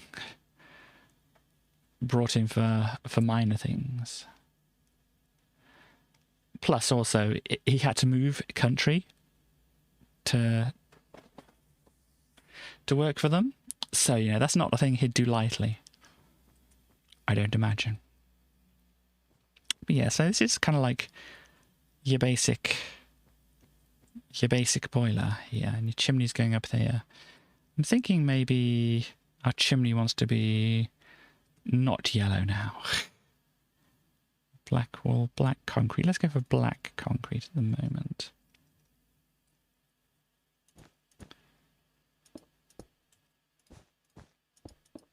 I'll see in the kind of designing phase of this, having colourful things is quite useful to just kind of say this is what these different sections are.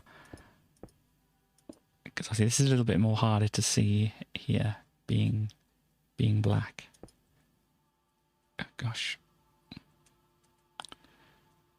But yeah, that'd be more like your pipe coming up there, and obviously at the top here would have to be a different colour as well.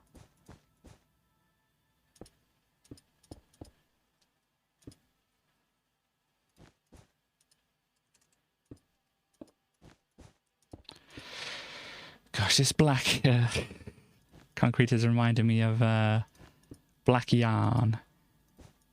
And the thing is, if anybody has handmade anything for you out of black yarn, they must think a lot of you, because my gosh, you can see how much just completely disappears here. You can see the yellow, very easily seeable. Here, all the detail just completely disappears in the darkness here.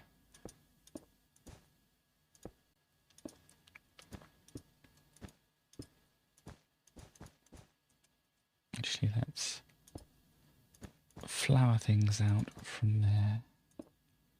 Gosh, I can hardly even see what I'm working on. This is why I didn't want to do it in any colour like this to start off with, because gosh dang it, is it hard to see. There we go. But on the finished thing, once we've actually figured out what colours we want here, I don't know, maybe it needs to be more silvery than black. Maybe black will work. I mean, we've got to find out what the rest of the colours are going to be. And if it's these colours here, let's try and do this in a sensible way, actually. I know, Katie being sensible. But yeah, that against that. I think that'd work if we had these colours. I mean, these colours are looking nice, I think. I think they are working quite well together. And maybe the purple here could work too. If we pick that. Oh gosh. No, pick. Actually, kind of want it as like a thing, and then, gosh dang it, shulkers. Grab the shulkers, pop them down, pop that on the end there. Yeah, I think that could work.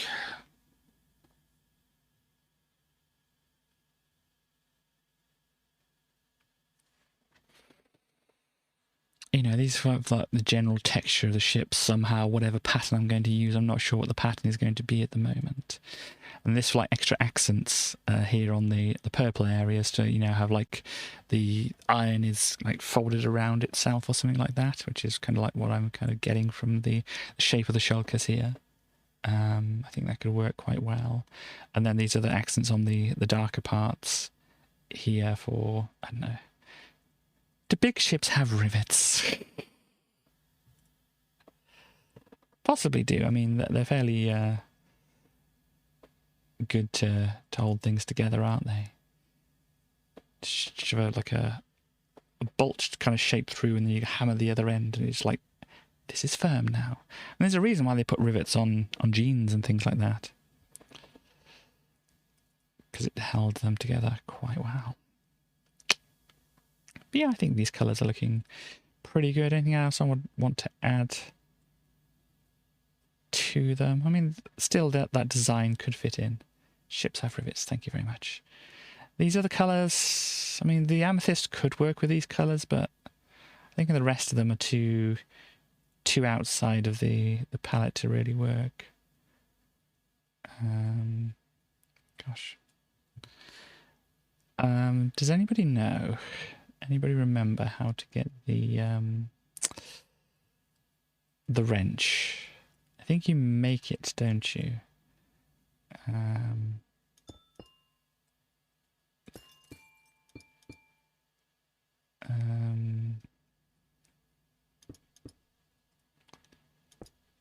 that's wrong. That angle. Nope. Apparently that one's that one. No. Oh gosh. That one's that one. Okay. Oh gosh. Ah, no, I've broken that one now. Do I want to do that? No. That? No. That? Or is it right actually on the other side? Right on the other side, that's okay. No, there we go. I got it to work, everybody. So that has like an accent on it somewhere. And then maybe a little bit of the amethyst as well, just to kind of add that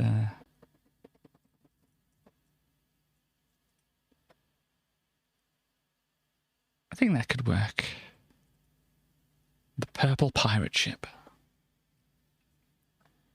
I mean, even I don't know how well it fit in. Yeah, I don't think it'd fit into the wheelhouse, that thing. It'd be a bit big as well. Still need to think of something else for that, I think. But yeah, I think that's looking pretty neat. Finish that up.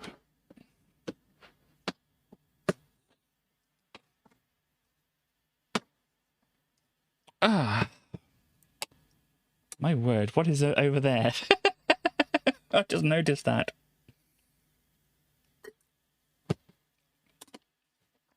It looks like we have another sea monster friend. Gosh. Are they all right for me to come over and meet them at the moment, Starly, or should I wait for a bit? But yeah, it's just anchor joke is very bad. I noticed. Yeah, it's just. Had you noticed that previously? How long has that been noticeable in my stream?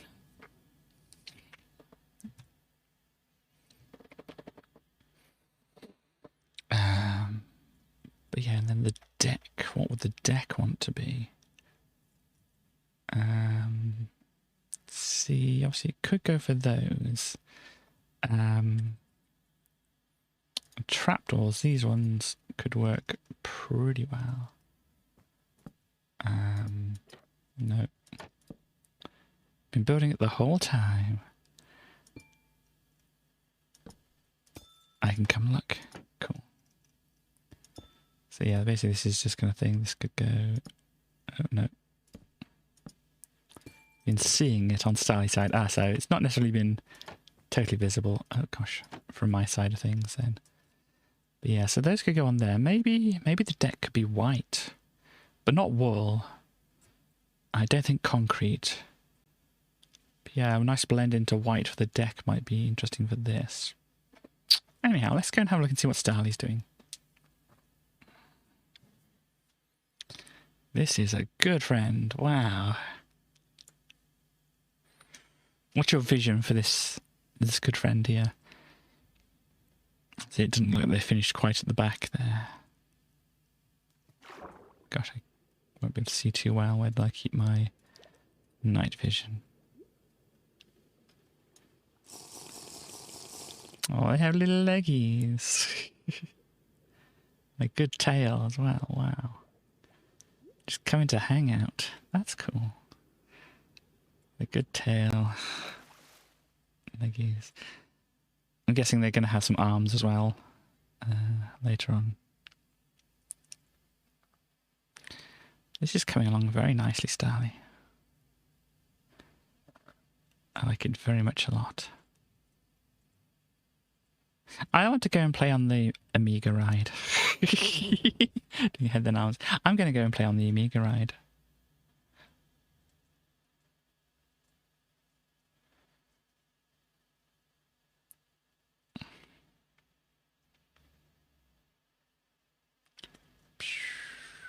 There it is. I need a minecart. Minecart, minecart. Let's do a minecart. Are you ready?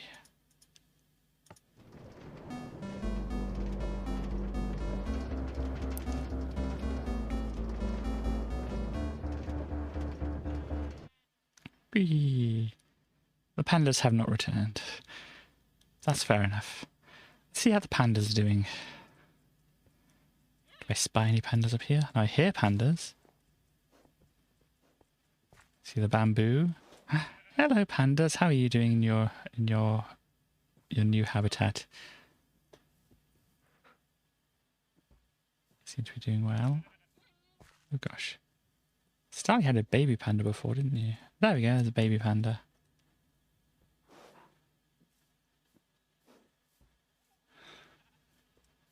Just come to hang out under the trees, it seems. Squeak indeed. There's also a sheep. Oh dear, one sneezed. Oh, you're gonna go back down to the room, are you? Yeah, you're not a panda.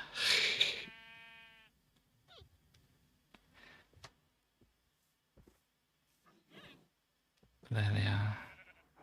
See, this area hasn't been loaded in too much because the bamboo hasn't grown quite so much. Oh gosh. Oh dear. Oh no! Baby panda fell down the stairs. Hang on.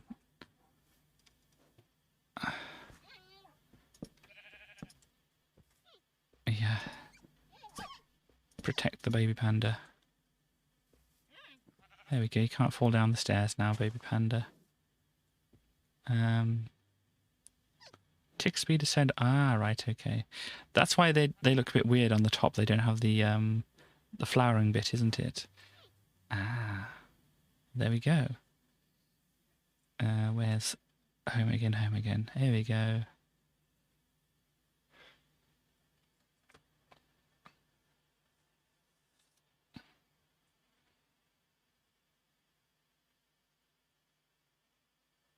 Ah, Starly's creature has the rest of their head complete on here now.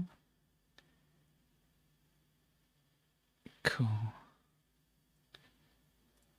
Do you want me to hang out and watch you finish off the rest of this? Because I don't really have much to do myself on here, because sometimes you just kind of like look at things for a bit to try and figure out what you want to do. And trying to figure out, as I said, trying to figure out sales on stream is like, that would be a lot for me to try and manage. I'm fine to go. Trying to figure out an engine as well might be a bit difficult. You know, redoing the whole ship in the new colours, figuring out what kind of textures. There's kind of a lot of thinking about these things to do, really, I think. Here, but I think this colour palette is going to work, I think. As I said, I'm not quite sure what the deck could be. I mean, the deck could be white. Just have a quick flick through to see calcite. What do you think about calcite for the deck?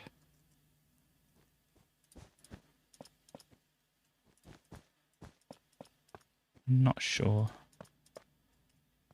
Let's kind of like build up another length of it here. Of course, we've got the world famous diorite. We can see the new monster again. I just want to try and do a little bit of... Yeah, I don't think that this is going to be the right kind of colour, but we'll, as I said, do some test strips and see how they turn out. What else could we have for the white deck? The iron blocks. Let's see how they look. It's kind of got the right kind of colour and texture to them, I think. What else apart from iron do we have? We've got birch, but I'm not sure about that. The wool we already tried. Don't think it's looking quite right. Smooth quartz, yeah, we're going to have a try of that. Snow, I don't think that's a good idea. What else do we have? Chiseled quartz, a bunch of other different types of quartz. Yeah, because they have the textures and things, don't they? Maybe try that out. Because it's shulkers, but I'm not sure that's what I want to go for the deck. Concrete, white concrete looks kind of greyish. I'm giving it a go, but not sure on that one.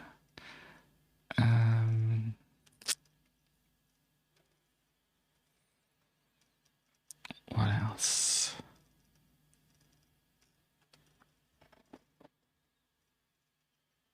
Yeah, I think that's about what I want to look at. So that's the iron, which we already put down. Smooth quartz. Yeah, I'm not quite sure it's got the right colour to it. Quartz pillar.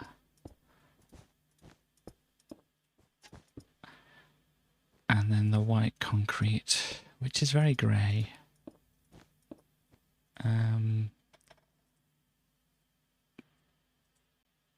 And that's another decision. I'm liking the look of this, but that's maybe kind of more textured. That, gosh, I'm not sure it's going to work well on the deck. A lot of these are kind of greyish. Oh gosh, greyish whites and stuff like that.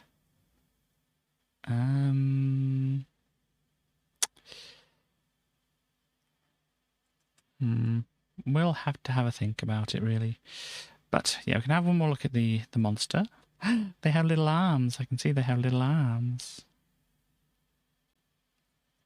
This good friend. Oh, they have good eyes as well and teeth. What good eyes you have. All the better to see you with. But yeah, here we go. Little friend just popping out of the water. Go, hi. I heard you were having a barbecue. Oh, yeah, my potion ran off.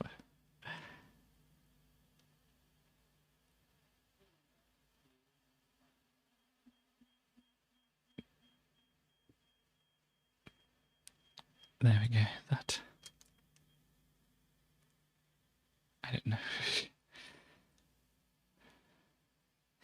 But yeah, there we go. It's looking very, very good. Looking very, very good. There we go. So if I put myself back over here, so I'll know some of the stuff I've got to think about, how to continue with.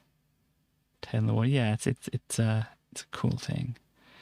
But yeah, I'm not quite sure what deck's going to work. Maybe it's not going to be white. Maybe it'll have to be some other colour or something like that. Don't know. But yeah, I'll have to, as I said, have a look at various different things to try and figure out what we can do there. But that is that for Minecraft at the moment. So if I switch over my stream info thing, oh gosh. I'm going for retro. I think it works because we're going to be looking at the Argos thing again.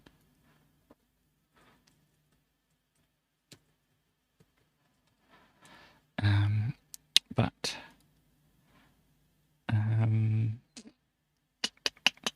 things. Here we go. Hi everybody. Oh gosh, I made it too big on the screen. There we go. So yeah, that was Minecrafty stuff. What else do we have? So okay, so filling in because I wanted to get into it to not leave Starling everybody waiting at the start. Am I playing through the whole catalogue? Yes, Of course. I am very interested to see what is in there and such. Yeah, before we get onto that though, I did get the Game Pass. As I said, I had the month's free, but I decided to go for like the pay £1 and then get 2 months.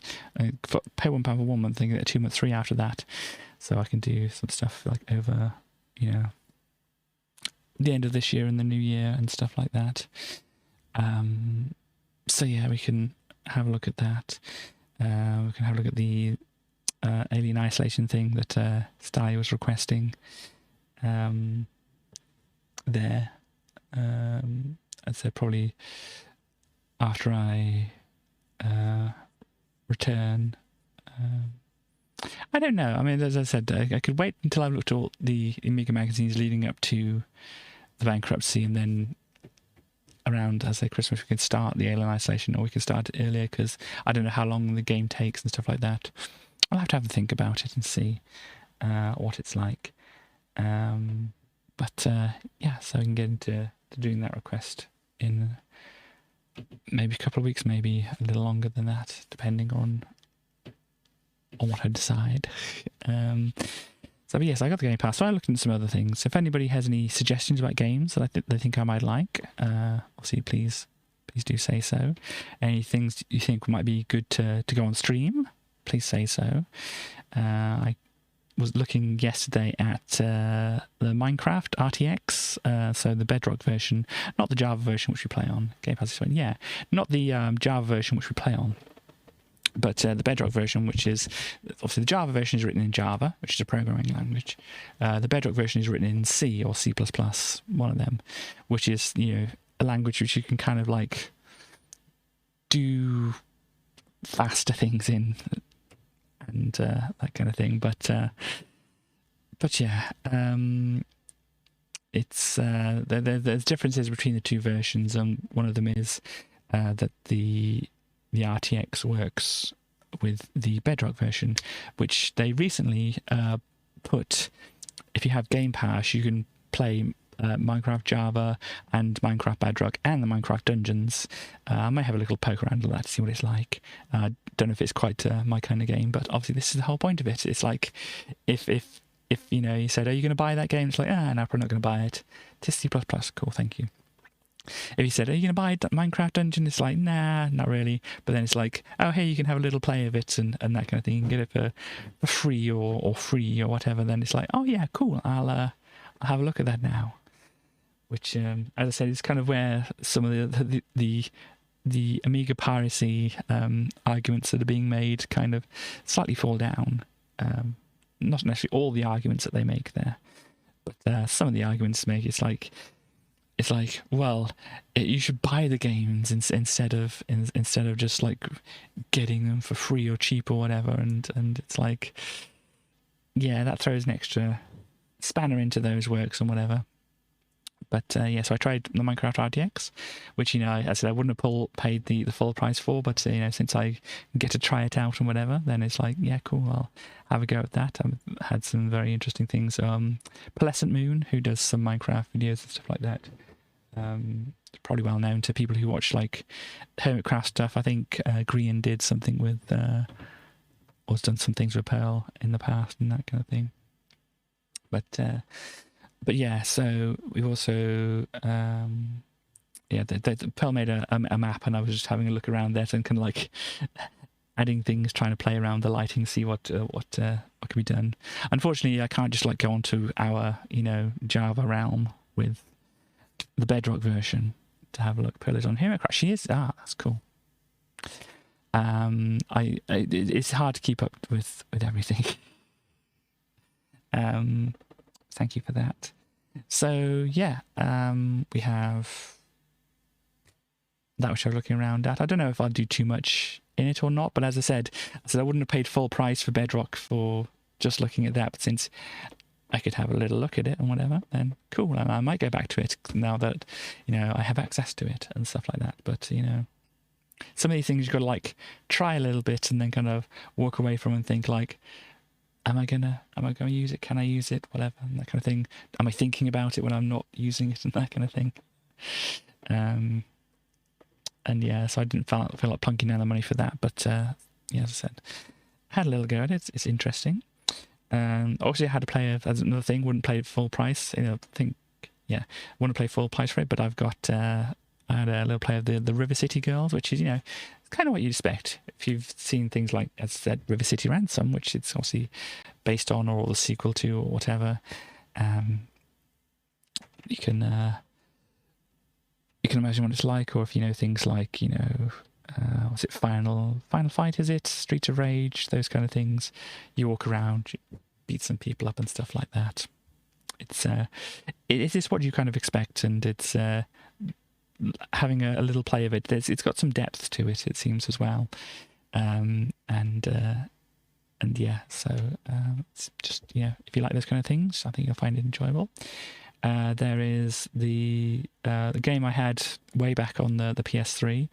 I think I have a copy of it. I think I got it through the PlayStation subscription service thing. They give like free games every month or whatever to play for that month.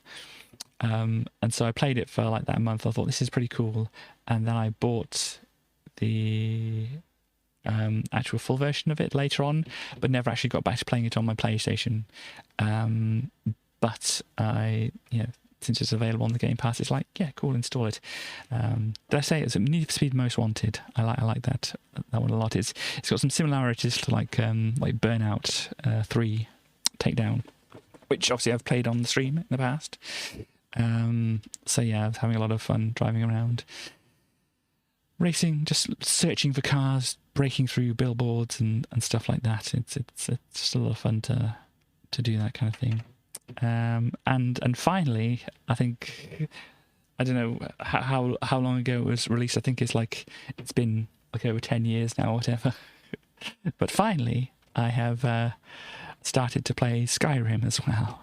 So, as I said, no one of these things, it's like, whenever I've seen it, it's like, I've got it on my like Steam wish list or whatever, and like, if it dropped low enough in price, I'd get it. But at this point, it's like an older game, and even though they've kind of had some new additions to it, I don't think I'd buy it at like whatever price it is at the moment on Steam. What price is it at the moment? No, that's not the right one. This is the one I want to look at. No, that's not the one I want to look at. This is the one I want to look at.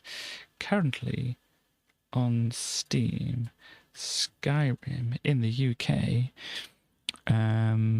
is about 35 quid. So it's like, yeah, it's like, for like maybe a 10 or so year old game, it's not really worth it to me to just to spend that money. When it goes on sale, it only like goes down a little bit normally.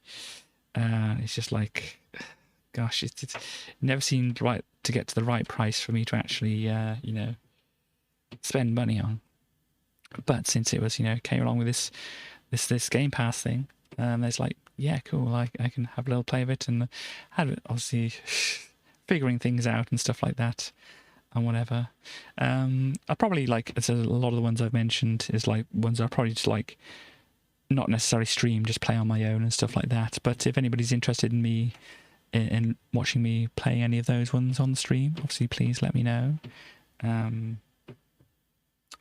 I think as I said, it's just like, I may want to play some of them just by myself anyway, but if people are interested, then maybe I can consider it. But yeah, so if we pop over now, that's the Minecraft circle generator. That's not what I want to look at. What we're going to look at is we're going to finish off looking at this Argos catalogue,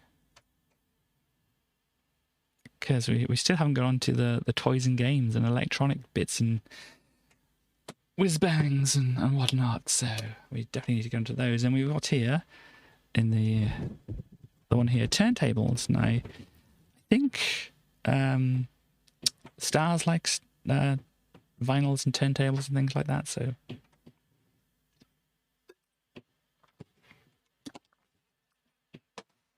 let me know if I'm wrong. But we have Superstores only. It has a 2-speed semi-automatic belt drive turntable a magnetic cartridge, an integrated tone arm, a radial tracking system, 240 volt AC mains, and it's that size. I mean, you can probably gauge what size it is by looking at it and knowing how big vinyl records are. So it's a tuner, digital tuner, you do indeed. This is your digital tuner, very fancy looking digital tuner.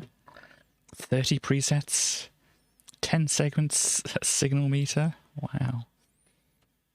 Auto and manual tuning. Got a big dial, big chunky dial on the side there.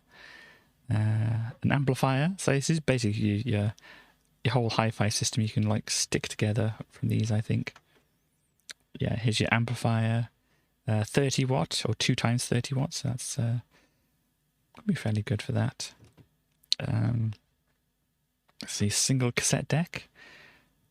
These are very expensive things, though. It's like, imagine these just being double the price they're listed in here, like relatively. So 80 quid for that one, 140 quid for that one, 150, 100 quid for that one. This one's a twin cassette deck, so you only probably want to get one or the other of these, but that's 180 for that one. The mechanisms in there obviously are very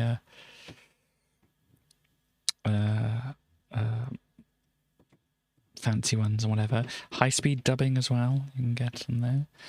You got the equalizer as well, so you got all the little sliders you can move around to do equalization. Compact disc player, yeah. Very fancy looking. And then also compact disc changer, 250 quid. So yeah, digital servo system, 5 disc, 10 track. Interesting. Anyhow, then you got some other bits and pieces. You got your compact disc, cassette decks, computerized receiver with remote control. I guess that's I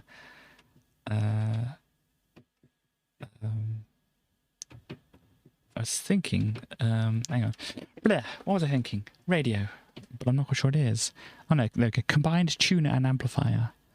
Audio and video integration. Wow. 2 times 40 watt. Looking good. Yeah, long medium FM. Motorized volume control. Wow. Surround sound facilities. That's a very fancy one. Here we go. CD players. Here's your speakers. Then you can get these ones which you got your woofers, tweeters, and yeah, here you go, woofer, mid-range, and tweeter. So they have special names for the bass and the high frequencies, but just mid-range for the other one. 120 watt max power handling. So yeah, they definitely do okay with these ones that are on here at the moment, won't they? Because this one can only do, was it 40? Yeah, and these ones 100 watt max, which is some simple looking things. But you got woofers, mid-range, and tweeters in there somewhere as well. What else we have? Karaoke machines again? Yeah, karaoke machines. Look at this one. This is the serious karaoke enthusiasts one. And this is the let's have fun with karaoke kind of person one. There's a video that goes along with it as well there. Banatune. A Boogie Box Pro. Twin cassette decks. Sequential play. There we go. Or is that for this one down here? The other one's called the Home Karaoke. We got the microphone, which, as I said, it's a 10 quid. It's not going to be the best thing here. Suitable for home tape recording at any angle. With table stand and 2 windshields. I don't know why you didn't want more. Maybe you went for one broke or whatever. 3mm plug, 6.3mm adapter, and 2.9 cord. There you go. Response 100 to 16,000 hertz. I mean, you're going to get a bit of a suffering with bass response, but again, this is your voice. You're not really going to have much that kind of range with your voice. Oh gosh, look at this thing here. 15, what's that? Handheld karaoke. Sing along to your favourite songs. This person looks like they're having a lot of fun with it. I'm trying to figure out what I think this looks like, but I can't. It reminds me of something in a way, but there we go. Okay, here we go. We got some 70s karaoke and 80s karaoke and Hit Factory karaoke. I like the design. Yes, when you think 80s, you think whatever this is. Is there 54 hits on there? Interesting. And 70s is... we can't really see the picture, unfortunately, on that one. But apparently it has... This set of 3 karaoke tapes give you a chance to let your hair down and sing along to over 3 hours of your favourite hits, included this from the 70s and 80s. Tracks include I Should Be So Lucky, Uptown Girl, Come On Eileen, I Just Called to Say I Love You, Dancing Queen, and Hi Ho, Silver Lining. Please note these tracks contain introductory lyrics only. My words, and not the full sets of lyrics. You've got to kind of guess some of them. But you had those Sony earbuds. Oh, over here. We shall have a look at those in a bit. But yeah, I know all of these songs. So there we go. I don't. Yes, I know of all these songs. I should say I don't know all the lyrics to all the songs, but I definitely know of them. But Ross in-ear microphones. I remember having things like this. The little grills, little metal grills in the front of them. Yeah, frequency response. Yeah, 50 hertz to 20 kilohertz. Well, you'd imagine they'd have to have that. Not going to get a lot around the bass end of things. The round case, neat. Turbo acoustic system. What's turbo? What's turbo about it? Silent cap to reduce noise leakage. Interesting. Yeah, you got some basic other ones over here. This one's got a volume control on it. Duct for powerful bass sound. 10 hertz. I mean, the usual one is, they say the human hearing range is like, well, basically what it says over here on this one here, 20 hertz to 20 kilohertz. 50 hertz for maximum third-party annoyance, indeed. Hello, Herodian. But yes, is what they call the general, human hearing range is the 20 hertz to 20 kilohertz. You may be able to hear more than that. You may be able to hear less than that. But generally, human hearing falls within this 20 to 20 kilohertz. So this is going over what it needs to do. But you'll have fall off on both ends. So, and obviously to get better response on like the lower end, you need to go lower to get it better, really. And this is like 50, so it doesn't go quite to the 20. As I said before, I can only hear up to about like 12 kilohertz. So, most of the high ends on any of these will be good for me. This one goes to 25. It's not needed to go that high. In general, I mean, if you listen to a CD player with these, you're not going to hear those frequencies anyway, because you have the 44.1 kilohertz signal, sample rate. Yeah, 44.1 kilohertz sample rate from your CD player. I can change the thing here as well. Let me just make sure that people can see all the messages. Yeah, 44.1 kilohertz, and if you half that is what's called the Nyquist frequency. Is basically because if you sampled everything, you sampled the a 44 kilohertz wave at 44 kilohertz, you'd get it just appearing exactly the same place each time, so it wouldn't make a noise. So you have to have like a 20 kilohertz wave at the exact ones you had. Neat. As I said, I've also already found out a few things that I owned in this before. But yeah, you've got to have like at least, so your 20 kilohertz signal can be like maximum, then minimum, then maximum, then minimum, or such like that, to be able to hear it. And that's your Nyquist frequency is basically half the sampling frequency because of those reasons. And so if you're listening to a CD player on this, going above, what's it, 44.1, so 22.05 then, would that be? Something like that. So these ones going up to 22, you might be able to hear it. There might be some issues with getting the exact highest frequencies, because as I said, it's only sampling basically 2 points at the highest frequency, and they may not be the maximum minimum. They might have been sampled in the middle of the waveform, so you're not getting them quite as loud. But anyway, if they're up to 22 kilohertz, you're probably not going to be able to hear them anyway. And if you can, good for you. Give it a few years, you probably won't be able to then. But anyway, moving on. Which ones are the ones you had? Can you give me a catalogue number? Not the actual catalogue number down here, the number, like 6 or 7 or whatever it was. Or one of these back here, if it was one of those. Which ones did you have, Stars? Oh my gosh, they got the over the ear thing. Does it go around the back here? You had number 6. This is the one Stars had with the little wind-up cases, aren't they? To keep the things from tangling up. In the ear, real type hard case, twin turbo acoustic duct, teardrop shape for added comfort, silent cap to reduce noise leakage, 3mm plug, 1mm cord, frequency response, yeah, as I said, 12 to 22, so that should suffice for anything. For use with personal stereos. Indeed. These are the other ones in the ears.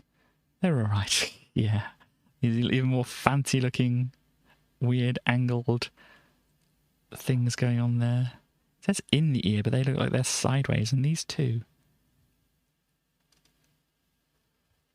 Interesting. 35 hertz. Interesting. But yeah. Oh, will these fold up? Mega bass sound. At 12 hertz? Maybe. You're definitely not going to get any sub-bass going through your headphones, at least. But anyway, some actual headphones instead of earphones here. Let me see. Might have had some things like this, but I don't know. But anyway. Oh, this got a neodymium magnet in it. Here. Do any of these ones say neodymium? Not like I can easily see, but yes, it's neodymium, so the fancy one's $69.99, nice. And so obviously none of these are going to be like noise cancelling and stuff like that in this day and age, or in that day and age. However you phrase that, I don't know. But anyway, personal stereo gift pack, $17.99 in Memorex Slim Jim. Auto reverse headphones sack pack. Oh no. Oh no, that's a bad name. Bass boost fast forward belt clip. Yeah. Strong nylon belt with snap lock, buckle and key loop. Oh, it requires batteries. They don't give you the batteries. They give you some cassettes. They give you the sack pack. Is it live or is it Memorex? Yes, I think I remember that being the adverts and stuff. You have an album with a Viaggio bag to go along with it.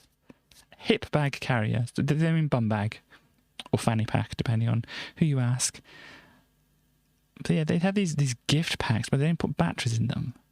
Wow, I think I've seen something like this. I don't think we ever had it, but I think I've seen this in the past. Maybe from just the catalogue, and it's like, wow, that's neat. But yeah, you have basically a Tetris game on your Walkman.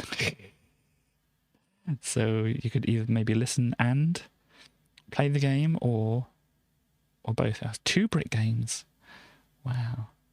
And the handheld karaoke, we saw that before. Micro speakers, 5-watt output. So yeah, it'd be decent enough, but it's not going to blow your head off or anything like that. The little tape.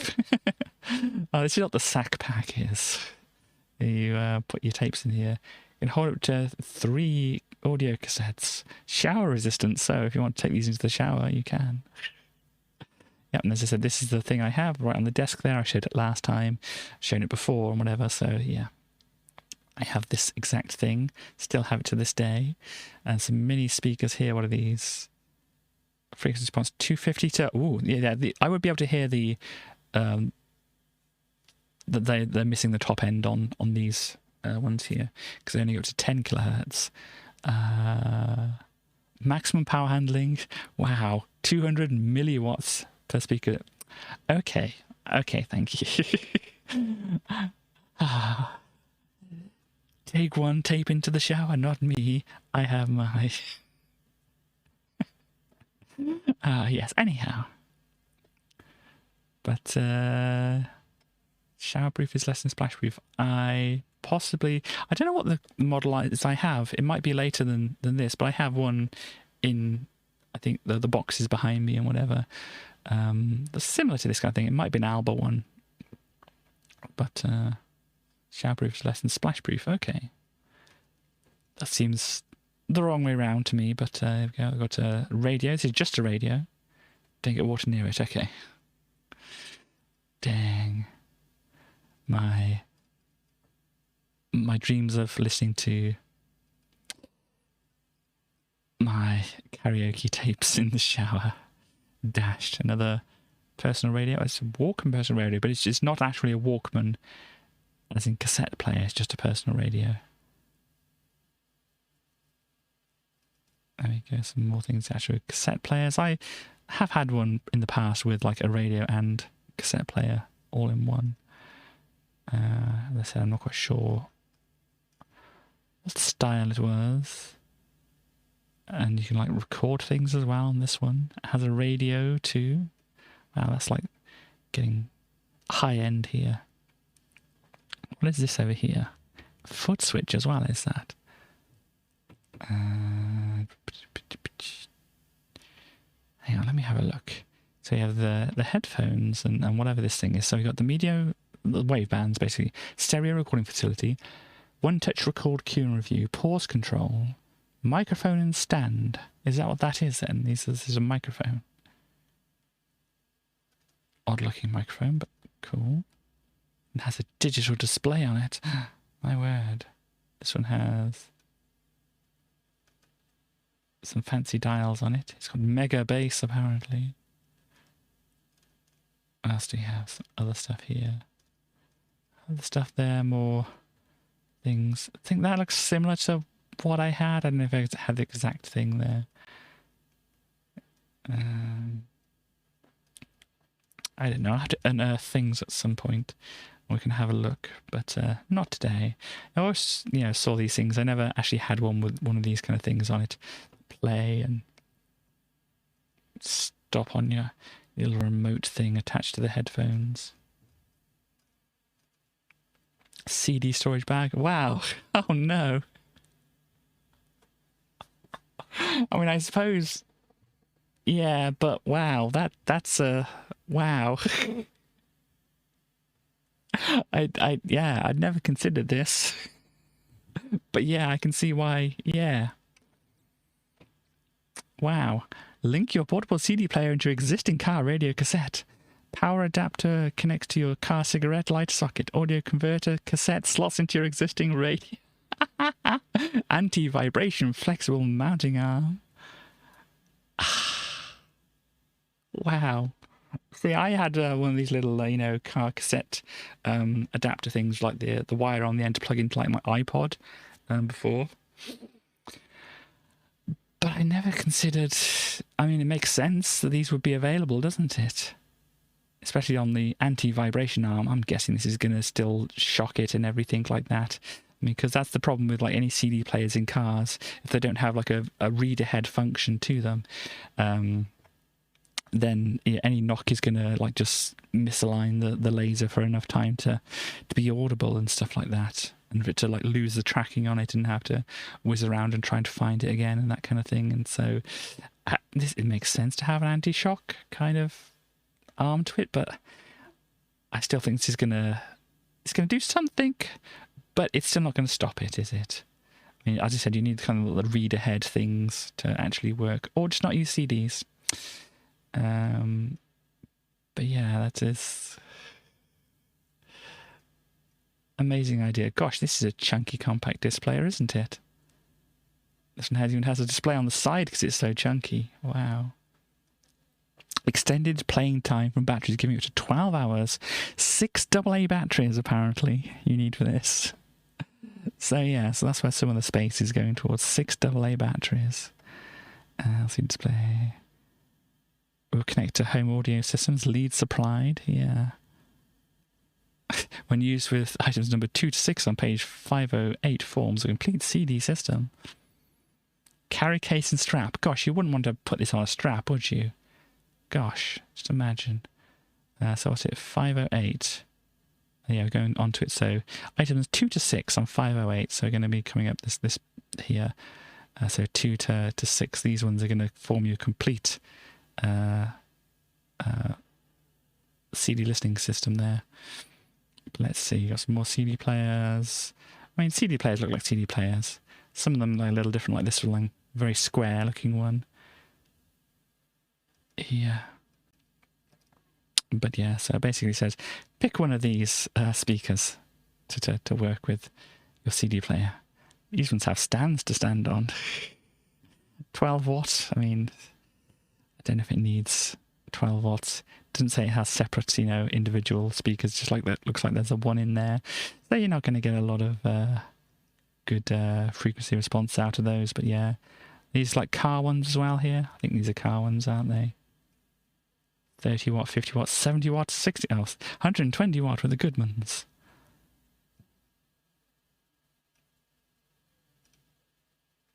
Does it actually say elsewhere 7 to 11, or are they on a different page? Here they are. Door mounting full range speaker system. I was kind of curious because obviously these ones look like they fit in cars, and these ones do too. But this one, where do they fit? Number 10. I don't know. 3-way bass reflex speakers. Let's say speaker technology has improved vastly. Okay. Got to go tidy things. Well, good luck on tidying things. Sorry, we're starting looking at a few car things here. 3-inch bass unit. 2-inch mid-range unit and 1-inch treble unit. 60 watt max. Yeah, I don't really know much about car stuff like here, but here we have some car radios. Some basic systems look like they have tape. So this one has a compact disc player in it as well. Free theft insurance. Is that saying that has a remote control? I don't think it does. What is this? Number 14. It's a Blaupunkt Munich Combi CD41 car stereo ready CD player with a keycard system. Keycard is a unique system for theft protection, rendering the system inoperable until it is reinserted. Well, there you go.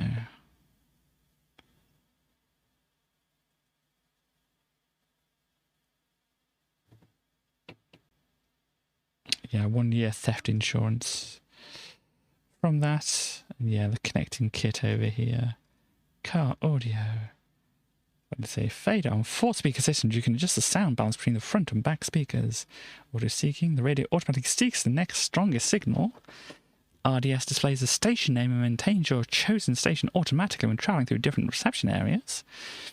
And if your Unity incorporates EON, when traveling information is broadcast, it can automatically interrupt your listening with travel bulletins. These are all the fancy high-tech things at the time. This one, I think, even has, yeah, I don't know if that's a digital display or not. Well, that's just a tape thing. Don't think it's a digital display. Other things over here. Yeah, the digital displays we've got are basically 7-segment affairs here. Anti-theft siren. Movable security panel. Yep. We got these, and alarm clocks, the nasty beep beep beep alarm clocks. This one has a light on it. So plays some music. Radio cassette recorder as well. Okay, there you go. Alarm radios, stuff like this. What else we have? Gosh, this is a bit of a beefy one, isn't it? It's got tape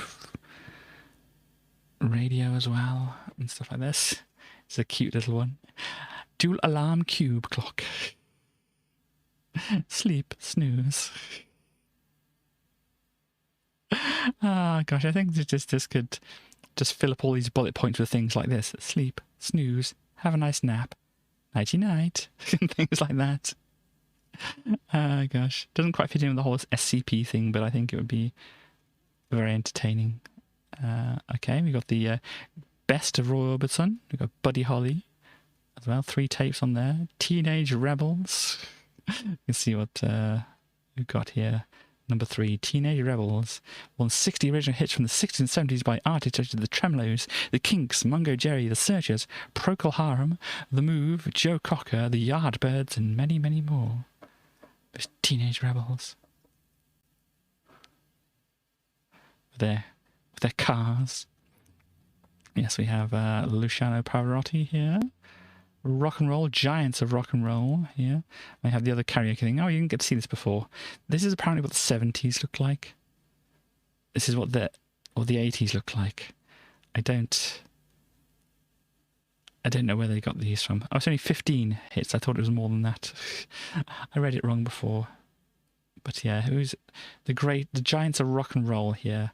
We have Roy Orbison, Only the Lonely, and Oh Pretty Woman, Little Richards, Long Tall Sally, and Rip It Up, Gene Pitney, 24 Hours from Tulsa, and Something's Got a Hold of My Heart, Bill Haley and the Comets, Rock Around the Clock, and Shake, Rattle and Roll, and The Platters, Great Pretender, and Twilight Time. You can get from there. We got some other ones, tapes or CDs.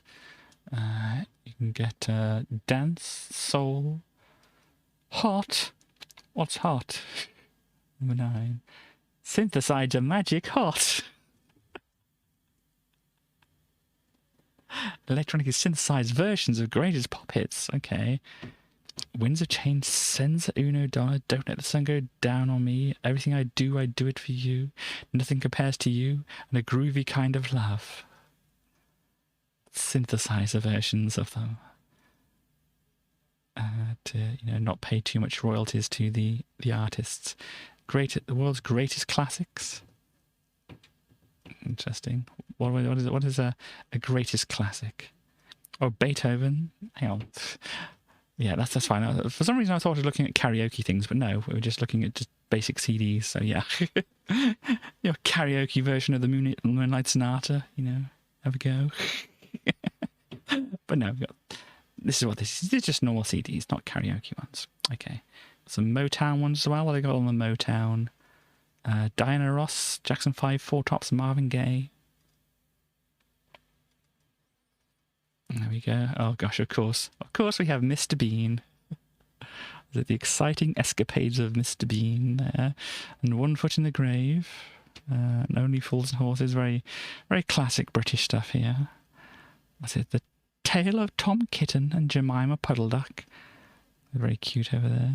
Nursery rhyme songs, Thomas the Tank Engine and Friends, Noddy and Postman Pat. There we go. We also have Disney sing-along songs, You Can Fly, Be Our Guest. I imagine it's not only those songs on there. Let's have a look. 9 and 10. Do you see them down here? No, we have to see them up here. You Can Fly, learn the words to your favourite Disney song that's never been such fun. Okay, You Can Fly from Peter Pan, When I See an Elephant Fly from Dumbo, Got No Strings from Pinocchio, He's a Tramp from Lady and the Tramp. There we go, 29 minutes. So yeah, 29-minute VHS.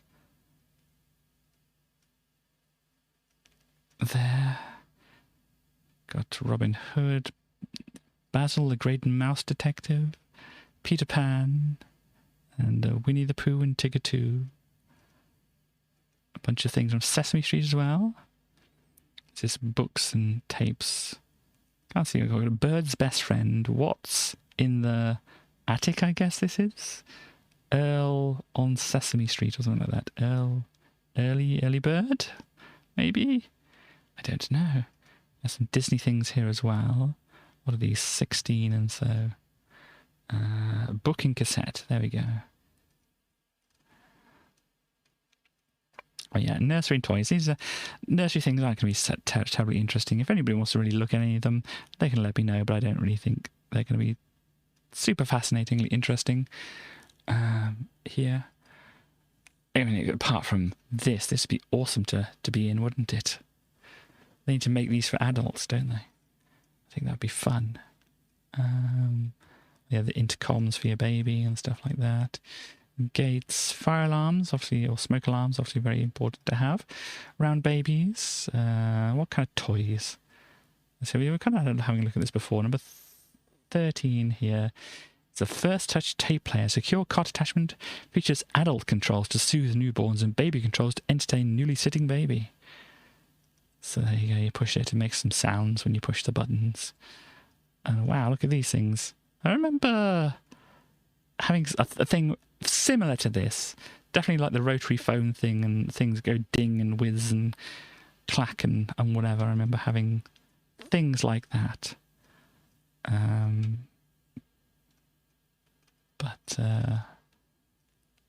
But yeah, this little light up thingies. A good little panda here. Look at this. They probably like crinkly and all that kind of thing. Let's see, number 9. Busy panda. Oh no. A soft, huggable playtime friend for a baby, which is also an activity center with 10 fun features and happy sounds. So there you go. So yeah, it's probably like crinkly things and other sounds and textures and things like that. Gosh, these little bear things, they look familiar as well. I think we had like bigger versions of that. I don't know, I can't remember. You got a Disney thing, there's Mickey on the side there. You got some Sesame Street characters as well.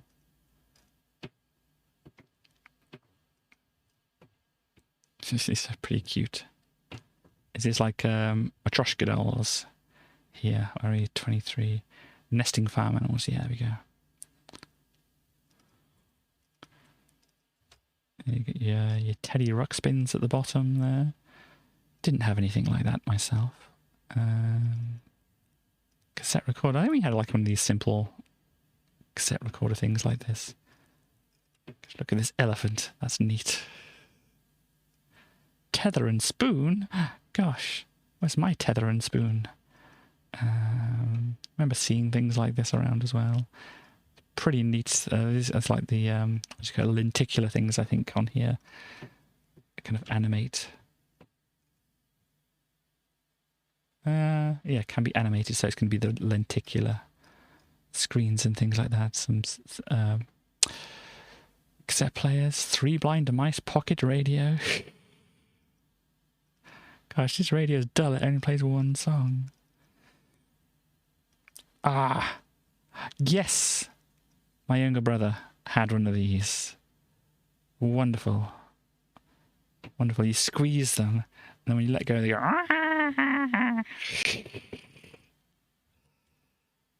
That one's called Bruce. What is this other one called? TC. Okay. That one's Rex, that one's Bruce, and that one's TC. But yeah, you'd like squeeze them and they'd have that little noisemaker things inside them, and they kind of like filled back with air, like a kind of noise. It was very good. Yes, my brother definitely had that one there. Oh gosh. Sniffing dog does a sniff and walks along. Cool. And these little things, the little things pop up. Neat. Stickle bricks! Stickle bricks! Everybody, it's stickle bricks. You thought Lego was bad enough to step on. Now there are stickle bricks. Yeah, basically lots of little tiny little things. You can't really see too well on here, but lots of little things standing up, and they kind of like slotted together, like kind of that would hold together well enough to build things like this. But yeah, you thought Lego was bad to stand on. Wait till you meet the stickle bricks. A bunny rabbit thing here as well. It's neat. Oh God. The tools. This one looks a little bit alarmed, I say. Standing on a tiny bed of nails, yeah. Yeah, they mostly look all right. That one looks a little bit phased, but this one looks very alarmed. Yeah, vibrating dog or noise-making dog. It's number 11. Barvel happy dog push along. As you push, the doggy squeaks and his ears flap. Nice. This one goes chuff chuff. Here's some Sesame Streets. Got some Duplo as well. Duplo as well as the Mega Blocks. It's a good little Sesame Street playset. Dog D Sun S. This looks fancy too. A little Bambi playset. Oh gosh, yeah, you don't want to do the whole movie though, do you? Anyhow. Hi, it's Mickey. Who's this? Oh, Mickey, how did you get my number? Anyhow, fun for all ages. Baby activity. I thought this was the baby activity table. No, this is the baby activity table here, but you got pool, glide hockey, and table tennis over here. Track flips for road and rail. She's so amazed. Gosh, where are we going? Educational electronic toys. This one goes moo moo, and this is the colour red. That's a phone. Bunch of other things. How many bats? Gosh, I don't know. How many bats is enough bats? The VTech thing. I remember seeing these and thinking, wow, they look amazing. Never actually got to use one to see what they're like. But what's this one called? VTech 18. Video painter. An electronic sketchpad with connect your television. Special objects and character libraries include pre-drawn vehicle shapes animals. Alternatively, start from scratch. There you go. 6D batteries. Wow. That's a beefy unit right there. But yeah, a little kiddie Wacom there. Start them out early. 69. Nice as well. Unscramble a word. Also got some geography stuff going on here as well with them. Some robots. Oh no, I'm pooped. Let's sleep. Gosh, I'm reading this all wrong. Good shot, man. Oh no. This one's like, yeah, let's play. Cool. No, let's sleep, everybody. And this one's like, who was the youngest man to win the Wimbledon Tennis Championship? A, Jimmy Connors, or B, Boris Becker? I think I'll take number 2, actually. Even though they might eat me in my sleep. Cool little remote control thing. I don't know if people have seen these kind of like remote control things. I think one of the buttons was go forward and the other one was spin, like clockwise or something like that. So you could end up going where you wanted to, but it might take a little longer than what you expected. There we go. Oh yeah, definitely had a thing that was like this. You got your little things, your cars could roll down here into the gates, and then you'd open the gates and then they could come out, and your little winch to lift them up.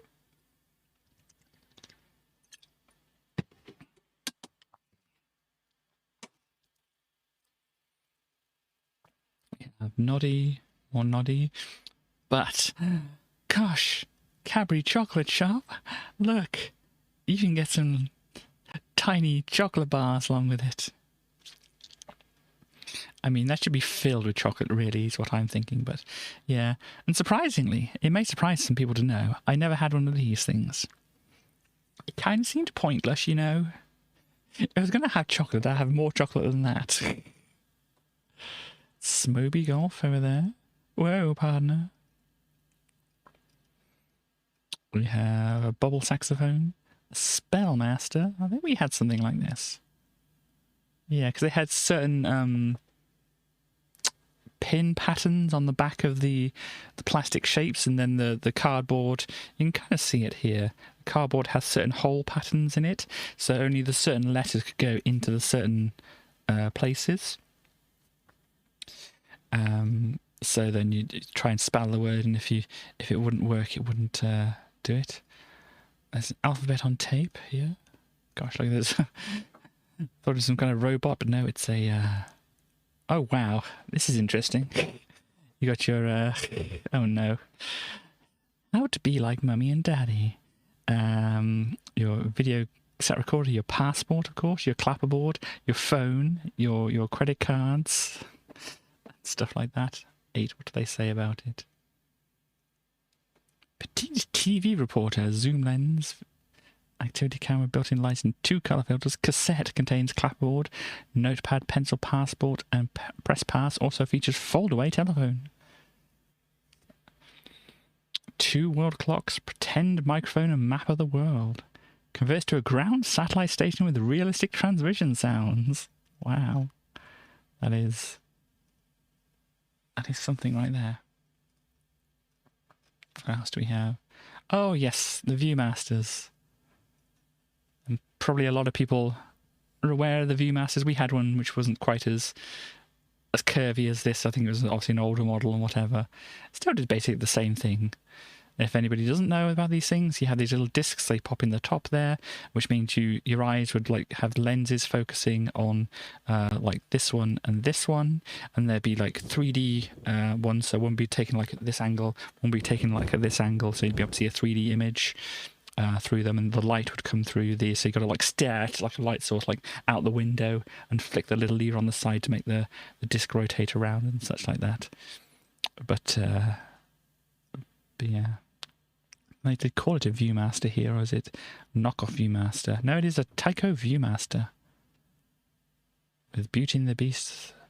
The ones we had, no, I was thinking of something else. You had something which was similar in some ways, which was a little kind of video player thing. A very short one, had like very short loops of tape, which you could put the cassette in and then push the button on the top. It would like go clack, clack, clack, clack, clack through and just have big, like a mini projector, but obviously wouldn't project anything.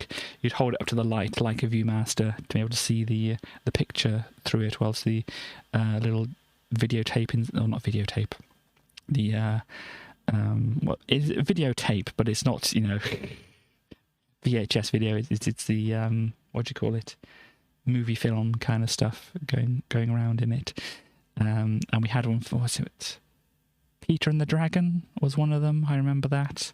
I can't remember what Viewmaster things we had. But yeah, this is like looks like a Viewmaster projector thing. Obviously, it can't do it in 3D, so it looks like it's only projecting out the one side. We had some sort of playmat, something like that. Wow, I just saw the one over here. Look at this ship. Playmobil ship. I mean, I think this ship might be better than my ship. I hate to say it, but I think they've bested me here with that ship. And the little treasure island over there. Talking storybooks. Oh my. Boing, boing, boing. Growl and growl. Pop and splooch. Ha ha ha ha. I'm Tigger. And uh-oh. Cackle, cackle. Good heavens. Rat-a-tat-tat. More poetical, yes. Arf, arf, woof, woof. And music. Oh dear. Anyway, there we go.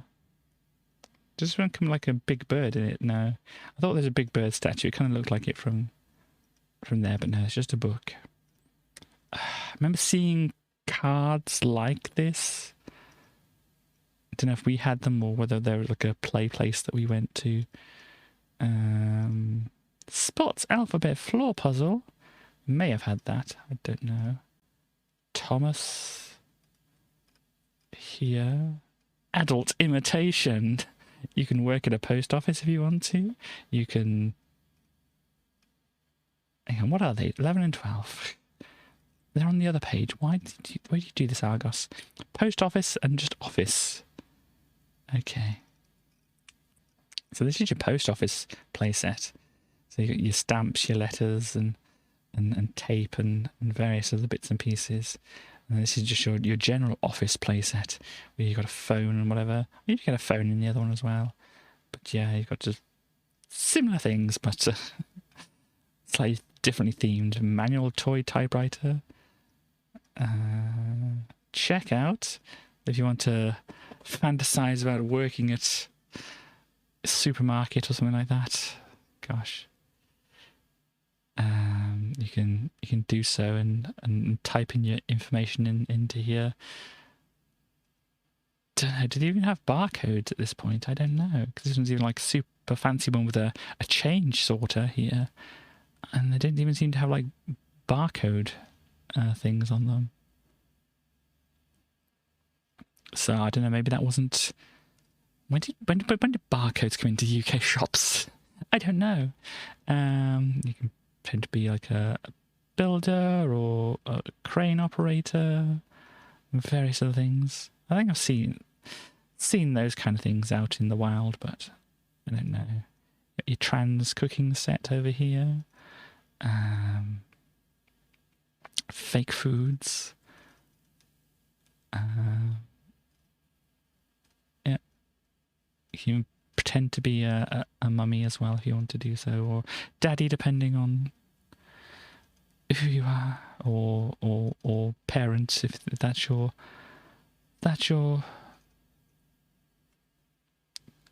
situation. Here we go. You got a ladybird push thingy. Barcodes around since the 80s. Wow. So I'm surprised they're not included with the toys then. I guess there's creepy dolls. If you want to look at the creepy dolls, let me know. But oh gosh, look at these ones. Oh gosh. Going between like eerily realistic kind of looking and then very weird looking. It's disturbing. Just hear about barcodes when apparently they all contain the number 666. They're easily verifiable. I mean, what do I have that's easily accessible that has a barcode on it? What's this over here? Just a basic box of stuff here. I mean, this one, they usually have the numbers across the bottom here. This one has no sixes in it at all. And if you can actually read them, you can, I haven't, learned how to read barcodes without having the numbers there. But you could, see which ones correspond to which actual numbers if you really wanted to. But, yeah, they're one of the things. Easy to... Oh, you kind of had a look through some of these, didn't we, before? But there we go. Yeah, we had a look through these as well here. Poor Daniel's Magic Set. And what's this? Oh, yes, make or paint. No, build. Yeah, you build the Porsche, Jaguar, and Mercedes things here. Do we see these things over here? I don't think we saw these, did we?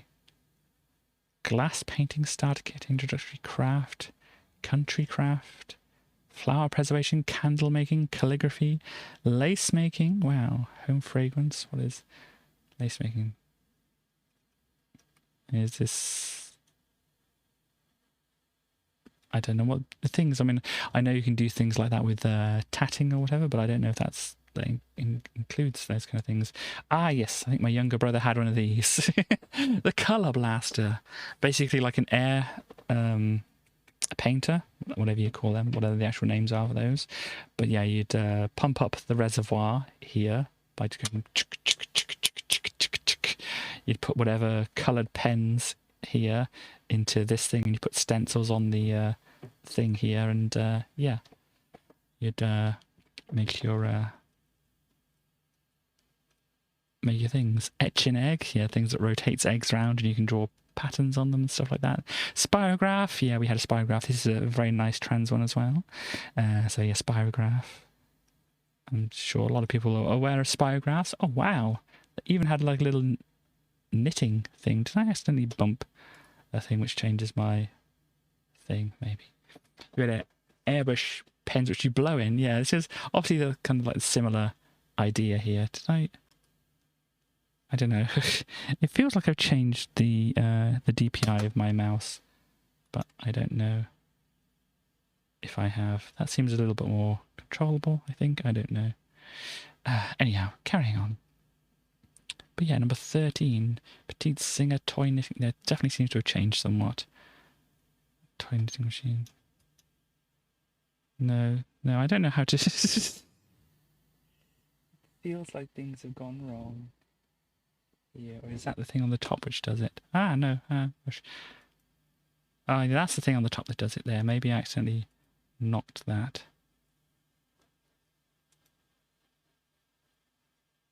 Okay, well, no, I don't know. It's changing the colours on the thing as well. Oh gosh, I don't know. Anyway, let's just not faff about with that. Toy knitting machine. Yeah. So that's a pretty neat neat kind of thing. Oh gosh, feels wrong now. I don't know why. Gosh, we're gonna work with that. We're gonna work with this. No. We're gonna work with this.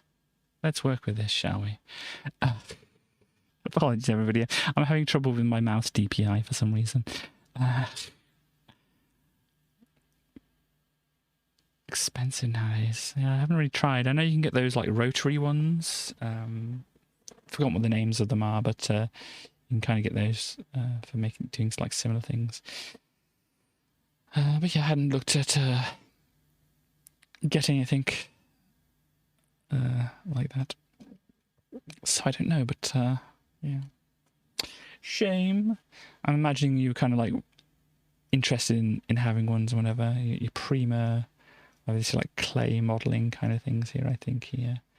Moldosaurus. Wow, you can make your own dinosaurs.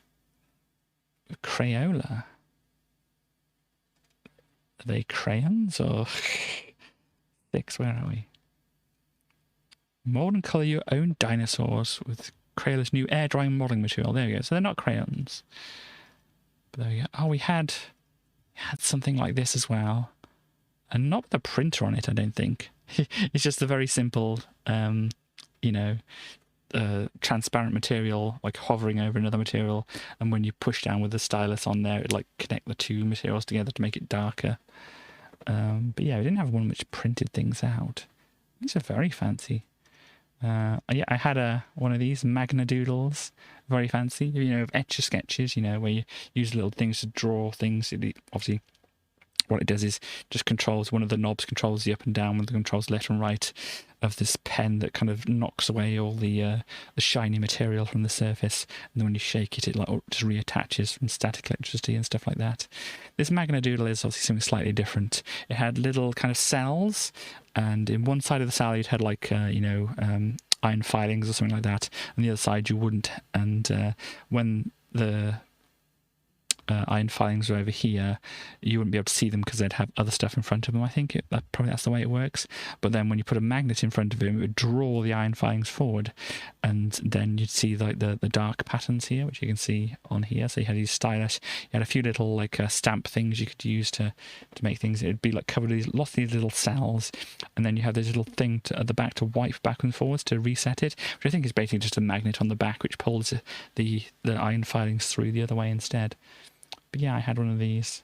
It's a lot of fun to draw things. Eventually it got worn out, some of them. It's like having stuck pixels, but on your Magna Doodle. But there we go. What else do we have here? Is that make your own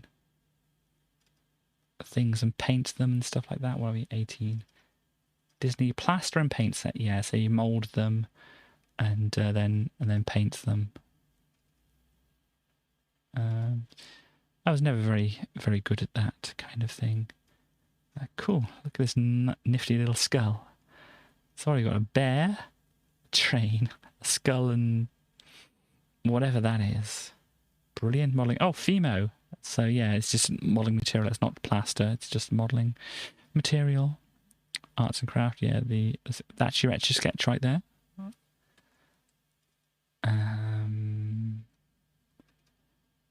Some other things, I don't know what all these things are.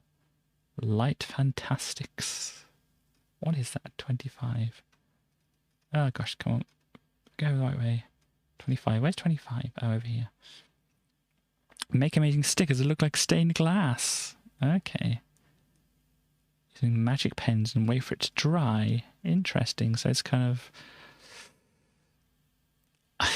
interesting. What planning on trying to stream until? Well, I was thinking of trying to get through the magazine and then kind of calling it then. I know I kind of started an hour later, so it might be awkward for you. But yeah, got Play-Dohs and stuff like here. Party time.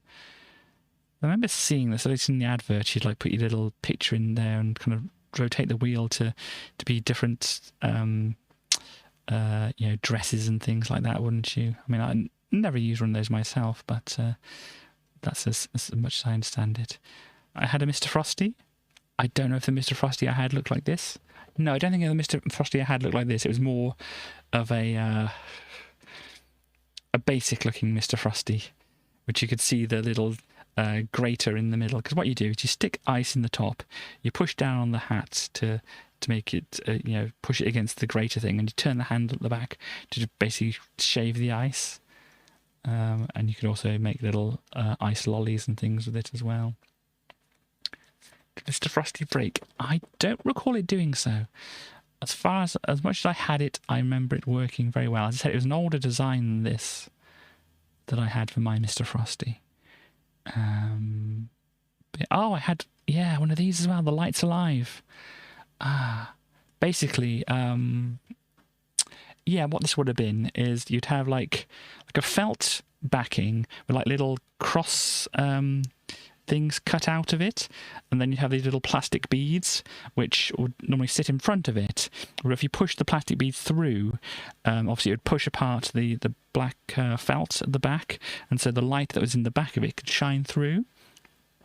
And then you'd like this whole construction assembly here, you'd like slide it up and then down and have like a little roller that's in the top here which pushed the light, the little plastic bits back out, and then reset it, so you can use like your little stylus, or it's like a little wheel thing. It's like a little pinwheel which you could like run across these things to make different patterns and things like this, and these little things would have little various different sticky out bits which would push down different little plastic things and whatever. And so it's a very interesting thing on the inside as well, because it also had like a little wheel which you could turn around, which you could rotate the colours. Basically it had a lamp in the back and like a multicoloured plastic wheel which obviously rotated when you rotated the thing at the bottom, and so shining different coloured lights through all these different parts. But that was fun. I had one of those as well. I think my brother might have had one of these. My younger brother had one of these. It's like a spirograph but smaller. It's like a little handheld one you can see here. But it's neat. Obviously, if you need to go stallion, whatever, if you do, then obviously that unfortunate. But I might have even had this. But let me know if you do have to go off. Basically, it was like a conductive thing. You touch the strings, and it would like play some kind of pre-recorded melody kind of thing. I think I did have that. Obviously, the actual strings themselves weren't tuned in any way at all. They were just there, so if you touch them, they would conduct and then start playing the melody. Some walkie-talkies and various other things here. Gosh, your rally scooters and bikes. So, stars, if you're around. Are you envious of these bikes? Gosh, are you envious of these things? Got little go-kart kind of things as well. This one even has eyes on it. This one you can carry a sheep around. Not especially. I wouldn't imagine you would be. I think your bike is probably a lot more usable than these things. You have a helmet with bees and things on it. Diggers, though. Where's a digger? Yeah, these kind of things. Also, what's this? Big. This is a good logo. I like this logo. It's just kind of some kind of like buffalo with huge horns. I like that logo. A little motorcycle down here. Here you can ride a giraffe, ride a mouse. What else do we have? Rocking things, other rocking things, rocking caterpillar. Darts board. Are those ones like the old sticky tips or something like that? Hang on, where are we? Number 9. 9. Toy dart. Perforated board. Okay. Soft darts and spare tips. Okay. Yeah, you basically your sports stuffs, whatever this is, for flinging balls around. Like a slingshot. Yeah, Nerf slingshot. Safe Nerf foam balls. So there you go. You got all your other Nerf blasters and things like this. And these probably look very, very weak compared to what you could get today, don't they? I mean, I don't know if anybody's into Nerf stuff. But you can basically get like Nerf machine guns, can't you? That are kind of a bit like that, but not quite. But wow, yeah, the Nerf archeries. Super Soakers. Yeah, we had the Super Soakers. We might have had one of each of these. But if you don't know the Super Soakers, water pistols, you'd like use this little bit at the front just to pump up the water pistol. So you'd have the water in this reservoir as well as the air, but on the super fancy version, the air would build up in here and you'd have more water available to you.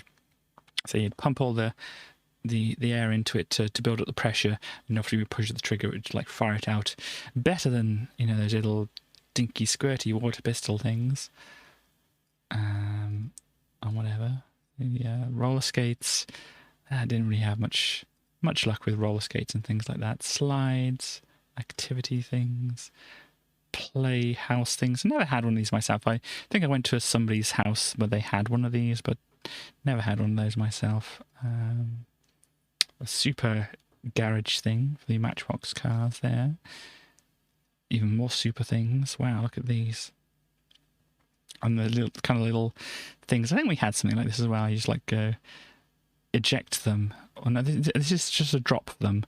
Remember we did have one which we basically like spring loaded, which would like fire them into like a loop and stuff like that, and they could do a jump and stuff like that. That might just be a drop. You kind of latch them in there and you just like pull the trigger thing and it drops down and goes round. Stunt challenge. Shoot the loop. Ripcord. Oh, it has some kind of ripcord, does it? Okay.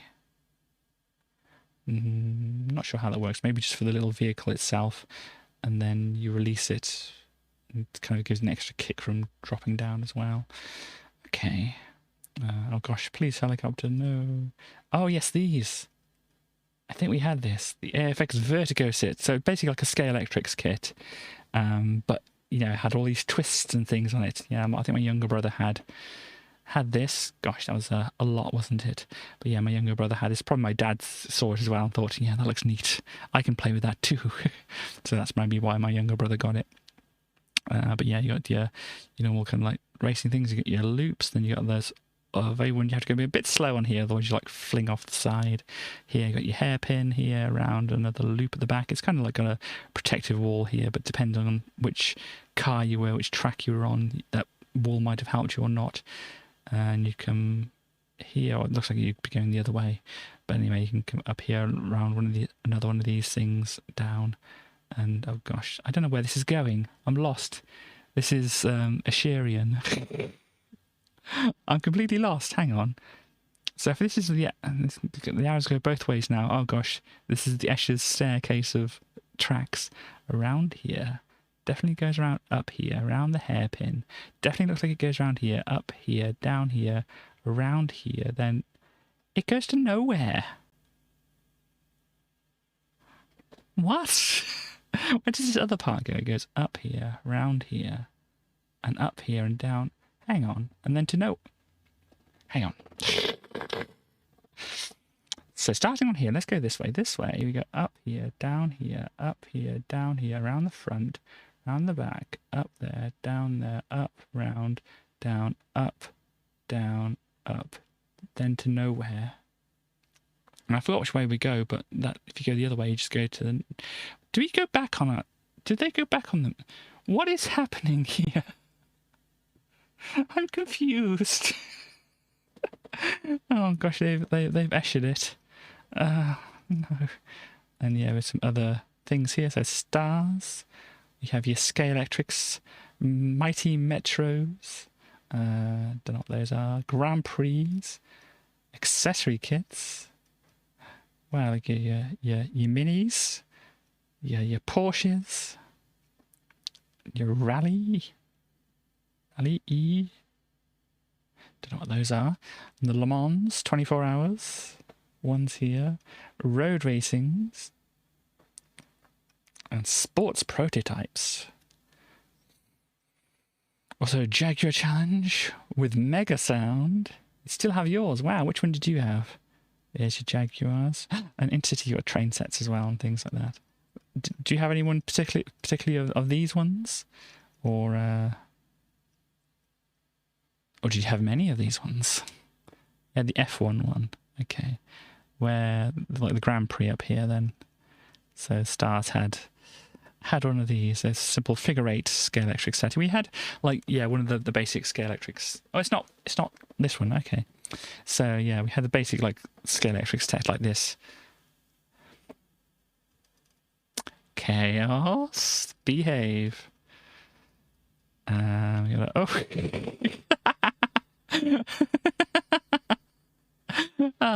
There are some newer ones which you can actually use your Switch to drive around with. Similar to the Grand Prix, but different cars. Okay. But yeah, there's like is it a Mario Kart home circuit? Is that what it's called? But yeah, this is just a rate control. Yes. Maybe that's what Chaos wants though. Oh yeah, I think we had something like this. Maybe even I had one of these. Yeah, you had the little remote control, but you charged the actual car on top of it, and it was the same like 2-button thing. You'd have either go forward or like rotate clockwise, so you could like, end up pointing in the right direction by luck. My brother had something like this. Even figured out. RC cars, many Nico ones. Are there any Nico ones here? Also Tyco ones. Oh, there's a Nico. So the Mario Kart was a Nico one. But I think that's it. Oh wow, Jaguar Challenge, Scale Electrics here, Mini Rally Crossroads. We're looking at the same kind of things, but I think maybe they're bigger boxes. This is Le Mans, Porsche Power. So these like tracks from Le Mans. I don't know. Anyhow, moving on. Oh, the crash test dummies. The little figures which were designed to fall into bits. Like the legs and arms will fall off. But I think these aren't supposed to do that. These are supposed to just be stretchy versions. But yeah, I think my brother had like one of the cars from them, which basically was designed to like look like it'd smash into the wall. Turn Kirsten NFT of history personages. You can't annoy Katie and sell her for lots of money. Yeah. But yeah, you had your car, which obviously you can see a little kind of crack along the thing here. It was like pre-broken, so that when you smashed into it, bits would fly off and all that kind of thing. Yeah, don't be a dummy, buckle your seatbelt. The whole idea of the whole thing, but then it was just like, cool, we can smash our toys up. Tracy cookies, yay, and some Transformers. Trans in disguise. What else we have? Some Thunderbird stuff down here. And you can even dress up like a Thunderbird. Or whatever they're called. And some other things. Oh gosh. That's a strange looking thing there. Some Stingray stuff and Captain Scarlet on here as well. And Batman stuff. Oh gosh, what is that Batman? What is that Batman? You just got that because it looks wild, don't you, Batman? You don't actually use it for anything. You just have that. It's like, what's that? It's my bat thing. Stretch and stand up toe beans thing. Maybe. Do you think that's what I should do now? Have a little stretch? Possibly. Oh gosh.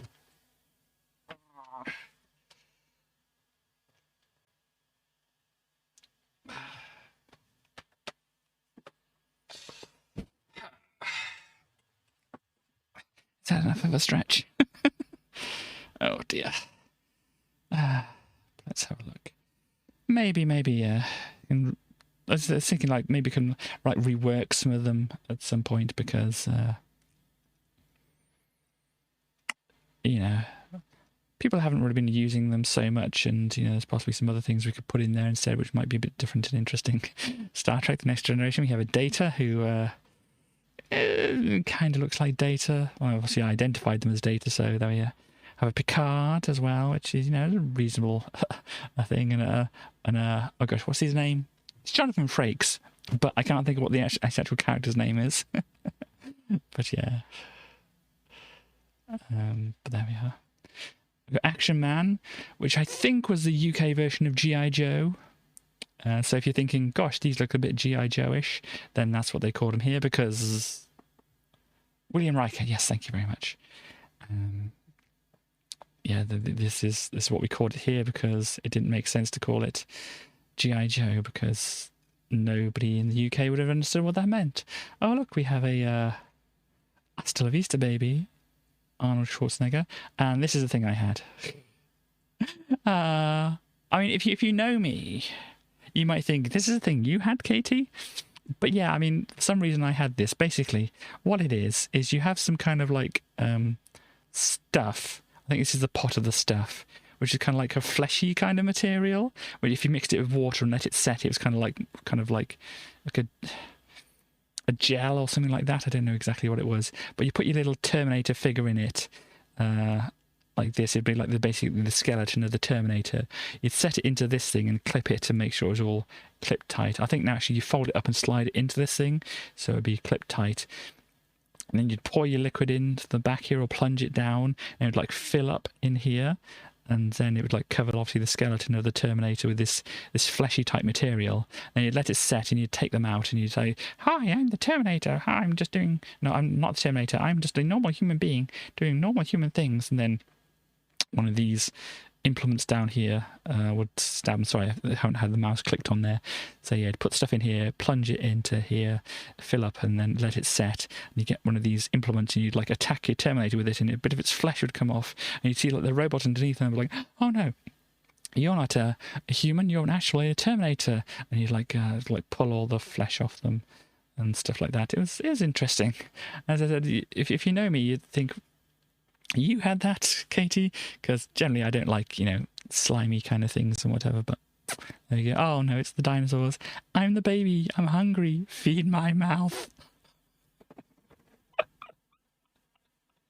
Oh no. Oh, you have a drink of water. Sorry, Stars.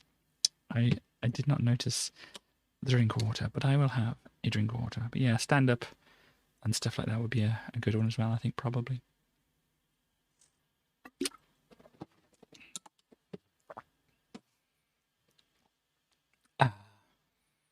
Once applied. Yay. Oh, it's a Jurassic Park kind of thing. Roar! Thump thump! Oh no. You can reenact the scene where somebody's on a toilet and gets eaten by a T-Rex. It's the gladiators, yeah. When they go around in their hamster balls and stuff like that, and then try and beat each other off the podiums with the sticks and stuff, and yeah, they fire things at people, and gosh, it's got WWF people. Okay, without knowing, I mean, I think some people here would know who these characters are, but does anybody know the names of these wrestling characters? I really don't have a clue. I saw somebody talking about some wrestling stuff recently. I don't know who it was. Sorry if it was anybody in the chat. Wasn't this the IRS guy? The 16. Yeah, IRS, there you go. The other one is Tatanka, and the other one is Papa Shango. So there you go. That's who they were, if you're wondering who they were. But, oh gosh, the Stretch Armstrong, of course. And the Boglins, yay, Boglins. I don't think the ones we had are here. Yeah, I don't think the ones I had, or one I had, or the one my brothers had are there. What's this? Like the Polly Pocket, but Mighty Max. Polly Pocket for boys. Gosh. But yeah, there we go. Oh, look. Free hamburger meal. Sorry. Burger King, free hamburger meal for the kids. Dog called Fetch. It's a good name. Oh, look, wow. They're already showing me up on the ships here, aren't they? A good pirate ship, a little bay thing, or whatever. And then look at this pirate ship. It's amazing looking. There's another little pirate island. Yeah, a little pirate raft as well. Gosh, even their pirate raft looks better than mine. Anyway. But yeah, they don't have more Stretch Armstrong stuff. They just have Stretch by himself there. Oh gosh, look at this. Boglin with tongue assortment. Of his own fully articulated tongue. Mmm. I got some Lego stuff. I mean, what it is... Without knowing this, is this just like a bread bin, but for Lego? Almost 18. Super Scoop. A fun way to clear up your Lego. Ah, dear. So you basically grab the top and, like, hoover up your Lego. Oh, is this a spinning thing inside? So you'd go over the top of it. It, like, picks them up in a little container and, like, just push it backwards into the thing. Is that what it is? Interesting. Lego system stuff. Bunch of fancy things, some horses and whatnot. What else we have? Boats and more boats. More boats. What have they got here? That's a firefighter ship. Wow. Wolf People's Island Lair. Gosh, what's that one? Number 15. The Wolf People.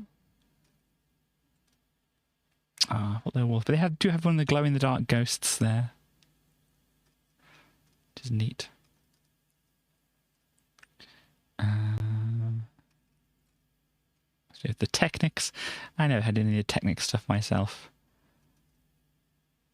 Maybe my older brother did. I don't remember. Meccano. Some interesting things from Meccano. I think we had some basic Meccano stuff, but nothing other than that. Motic. We might have had some of these. Basically, if you don't know, this might illustrate it a bit.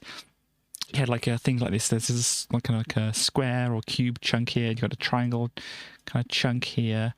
And you'd have these little pegs. You can see some of these little yellow pegs here and in between and whatever. And you'd like put these two things beside each other and then push the little peg through because it's a little cross shape. And it would hold the two sections together. And so you can make things out of there. Yeah, motics. Couldn't remember the name of them, but I do remember having some Aladdin stuff. Oh my gosh.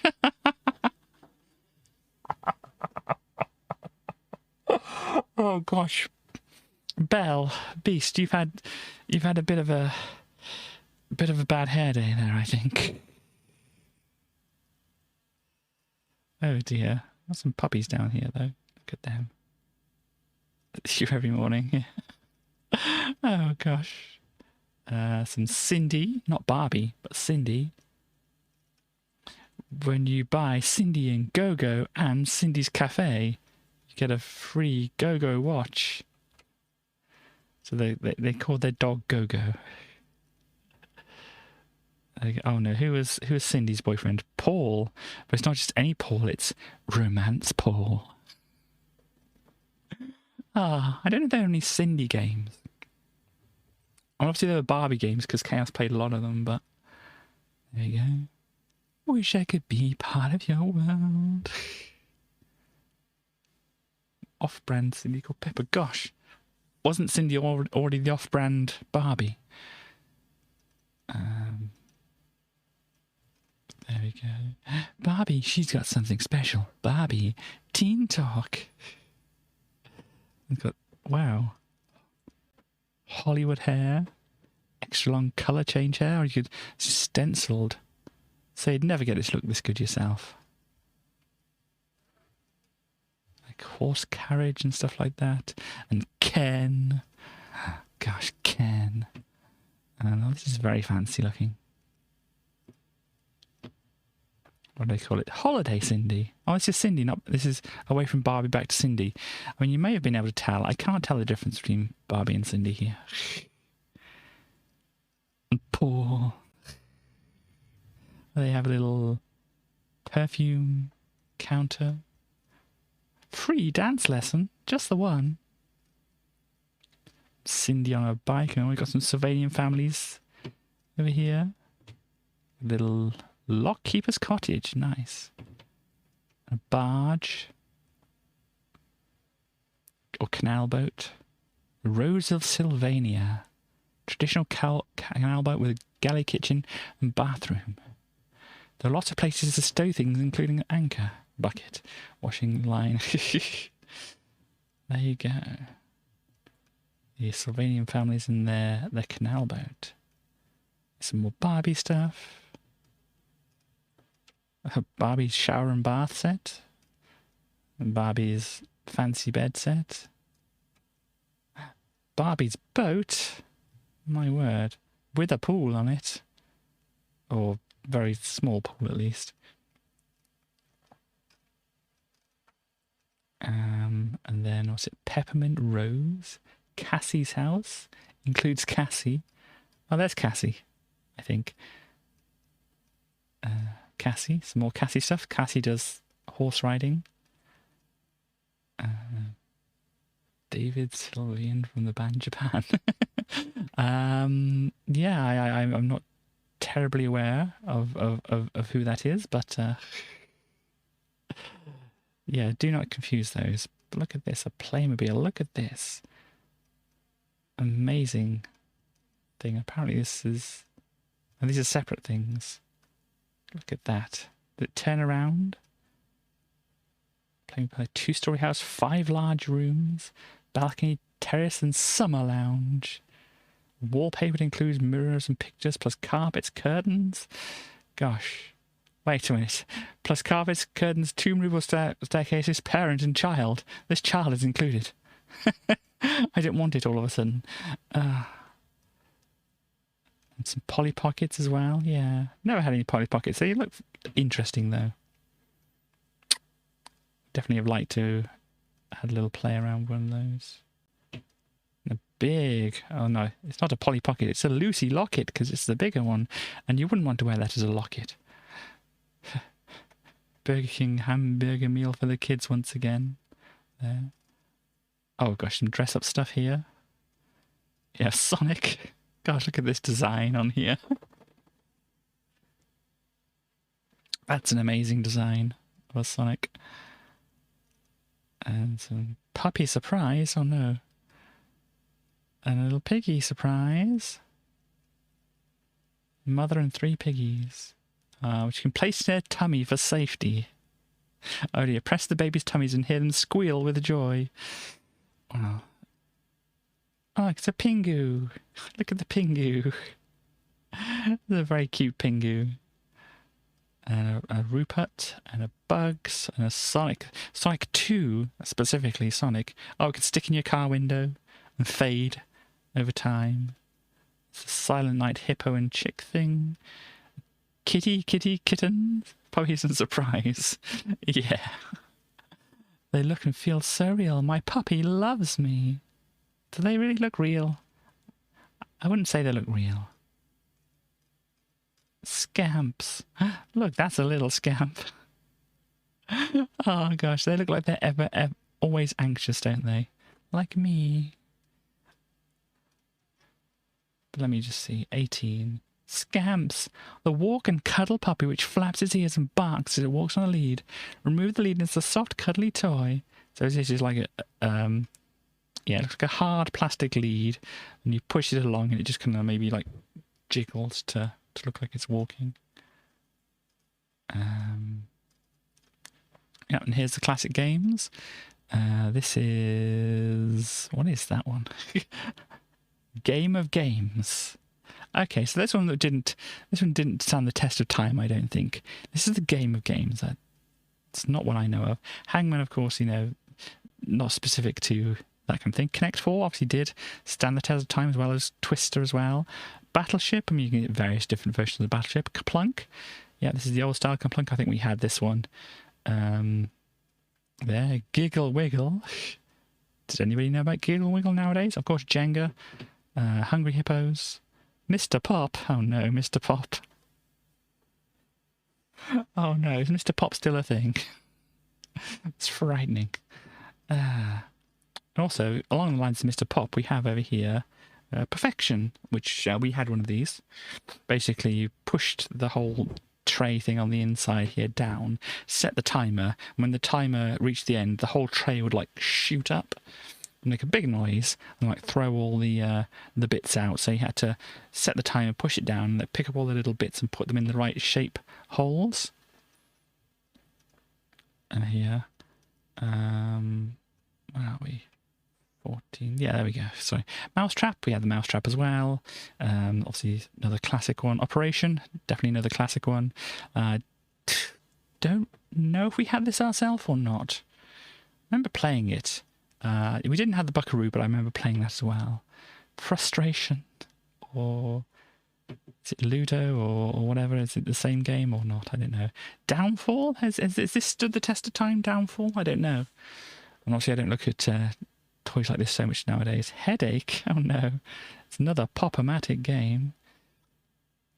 Which is very similar to Frustration and Ludo and whatever it looks like. Busy Buzzy Bumbles. Yeah, I remember. Gosh, was this one of the ones that had the little balls set around and you got your little bee and put them down on things? Or was that that was the Pac-Man game was definitely like that. You had the Pac-Man and you go around the board picking up the things. Was the Busy Buzzy Bumbles like that? I'm going to have to look that up later on. Give the Dog a Bone. Obviously I've seen it in the Argos catalogues before, never saw it myself. Sound Safari, it's never caught on in my mind. Ribbit Frump, indeed. Makes sounds and things like this. Oh no, Home Alone 2. Oh dear. Mouse Blaster, which is kind of like another mousetrap thing, but yeah. Licking Lizards, did we have this one? I don't know if we had this one. Somebody else might have had it and might have... It's Frump. I'm thinking an elephant. But yeah, basically, you know, the little sticky lizard things which you flick at windows and they'd stick and stuff like that. This was the thing with some lizards with some tongues like that stuff, and you have little cardboard flies and whatever in here, when all the people try to do that and gets their as many of the flies as possible from here. Snakes and Ladders, Crash Test Dummies, Boxing here, Domino Rally. Gosh, did we have this? I remember having something with these like dominoes set in these little plastic things. So they were dominoes which couldn't come out of this thing. They were kind of like hinged in the thing. And once they fell over, you can easily reset it by just like flipping it over and resetting them that way. We had something like this. I don't know if it was this whole domino rally thing here. Zuma, not the PopCap one, I don't think. I don't know even how you'd play that. Number 9, let's see. Parker Zuma. Aztec game of skill, chance, and fast reflexes.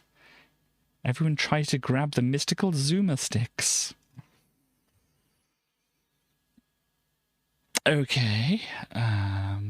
Donutters. Yes, you wear these elephant masks on your face and you have to pick up donuts and not smash your face into your family. And there's been some kind of pipe making thing here. Wild Weber. Some spider thing which looks like Hungry Hippos, but I don't know. Crocodile dentist. You had to pull the teeth out the crocodile. I remember maybe seeing adverts for that or such like that. Hexit, indeed.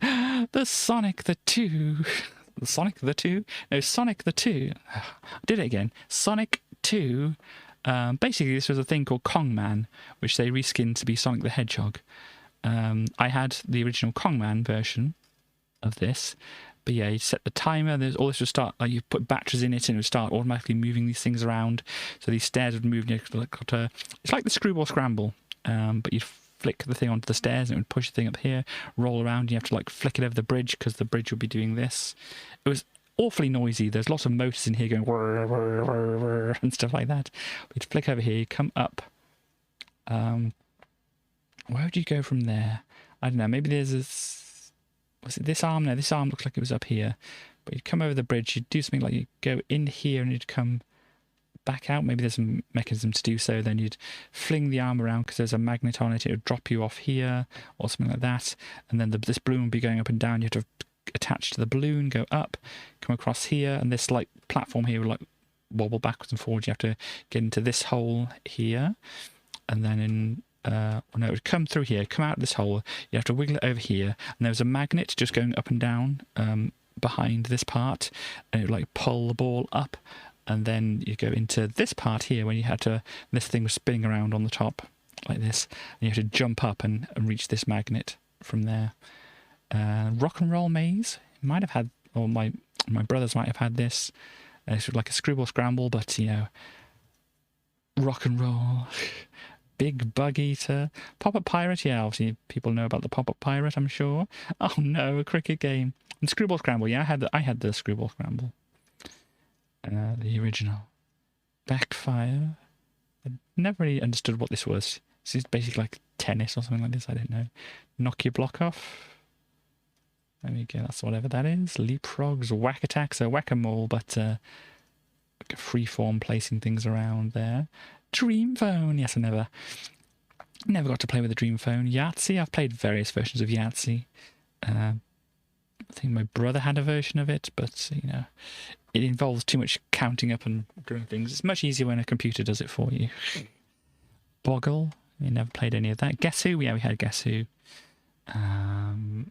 Only has so much excitement to Guess Who. Game of Life, I think we had that as well. Crystal Maze. Start the fans, please. Yes, indeed. Oh, there was a Noel's House Party game. Oh, gosh. Funnily enough, it doesn't look like it involves Mr. Blobby. I can't see Mr. Blobby here, which is a good thing. But then there is a Noel's House Party game, which is not a good thing. And yeah, Cluedo and Monopoly, we might have had this kind of exact kind of Monopoly set, or maybe an older one than this, which we never really played. And if we did play, we kind of made up our own rules. It's like, if you land on the square, follow the trail of notes to this other square and pick up the money as you go. Scrabble, didn't really play Scrabble, don't even really know what Rummikub is like. Oh, Atmosphere, yes, the video thing. I never played this myself, but yeah, you'd have the VHS, you'd watch the VHS and play the board game at the same time. Seemed very interesting. But Rap Rat, the video, oh no, this looks terrible. Oh gosh, this is going to be on YouTube somewhere, isn't it? The Rap Rat VHS. It's going to be awful. It looks awful already from the picture there. Grape Escape. Oh, yeah. I don't know if we had this, but I remember what you had to do. You'd make your grapes out of like Play-Doh and you'd move them around on here and they get squished by various different things. Like there's a roller here which squishes the grapes. Labyrinth, I think. Yes. Yeah. Labyrinth. I had this. It was like a little, there was a board and it had little stand-up walls which you'd put around. I can't remember exactly what you did, but you know, imagine like an RPG kind of thing. It was kind of like that. What did it say about it? Enter the labyrinth, but beware of the moving walls. Collect your treasures and be the first to get out. Okay, so yeah, I remember there was little like cardboard walls which set up, but you could move them around apparently as well. I remember there being some kind of mirror as well.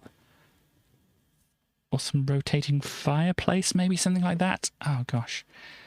Beware of the bog. Yeah. Basically a slime thing. Slimy little characters. I don't know if we had it or not, but yeah, oh gosh. Home Alone. Oh no. Oh no. Yeah, we've seen many things like this before, I think. I think Chaos even showed like an advert of these things. The Battle of the Sexes. What is even happening with these? I mean, this is slightly antagonistic around the outside. Really, Midlife Crisis, Tarotel, Battle Masters. Gosh, look at this. Huge thing. Dracula, Bram Stoker's Dracula. Even before. The Fright of Your Life, spookiest party games ever, includes audio tape. There you go, Starly. If Starly's watching. Evening with Bram Stoker's Dracula. That'd be an interesting one to try and find out. Obviously, you've got your Warhammer stuff. I think maybe my older brother had like a kit like this where he'd paint up all the figures and stuff like that. Dungeons and Dragons. Oh, this is an old style Dungeons and Dragons one. Let's see, 7. Dungeons and Dragons. A popular adventure game which is specially designed to teach you how to roleplay. Everything you need to enter the world of fantasy. Sure, it's terrible, so you want to play it, yeah. But yeah, that's a Dungeons and Dragons thing, isn't it? I don't even know. I don't know. It says Dungeons and Dragons game. Can't tell. New easy something or other. I really couldn't say what edition or whatever it is for that. What was it? Number 7. It doesn't really say.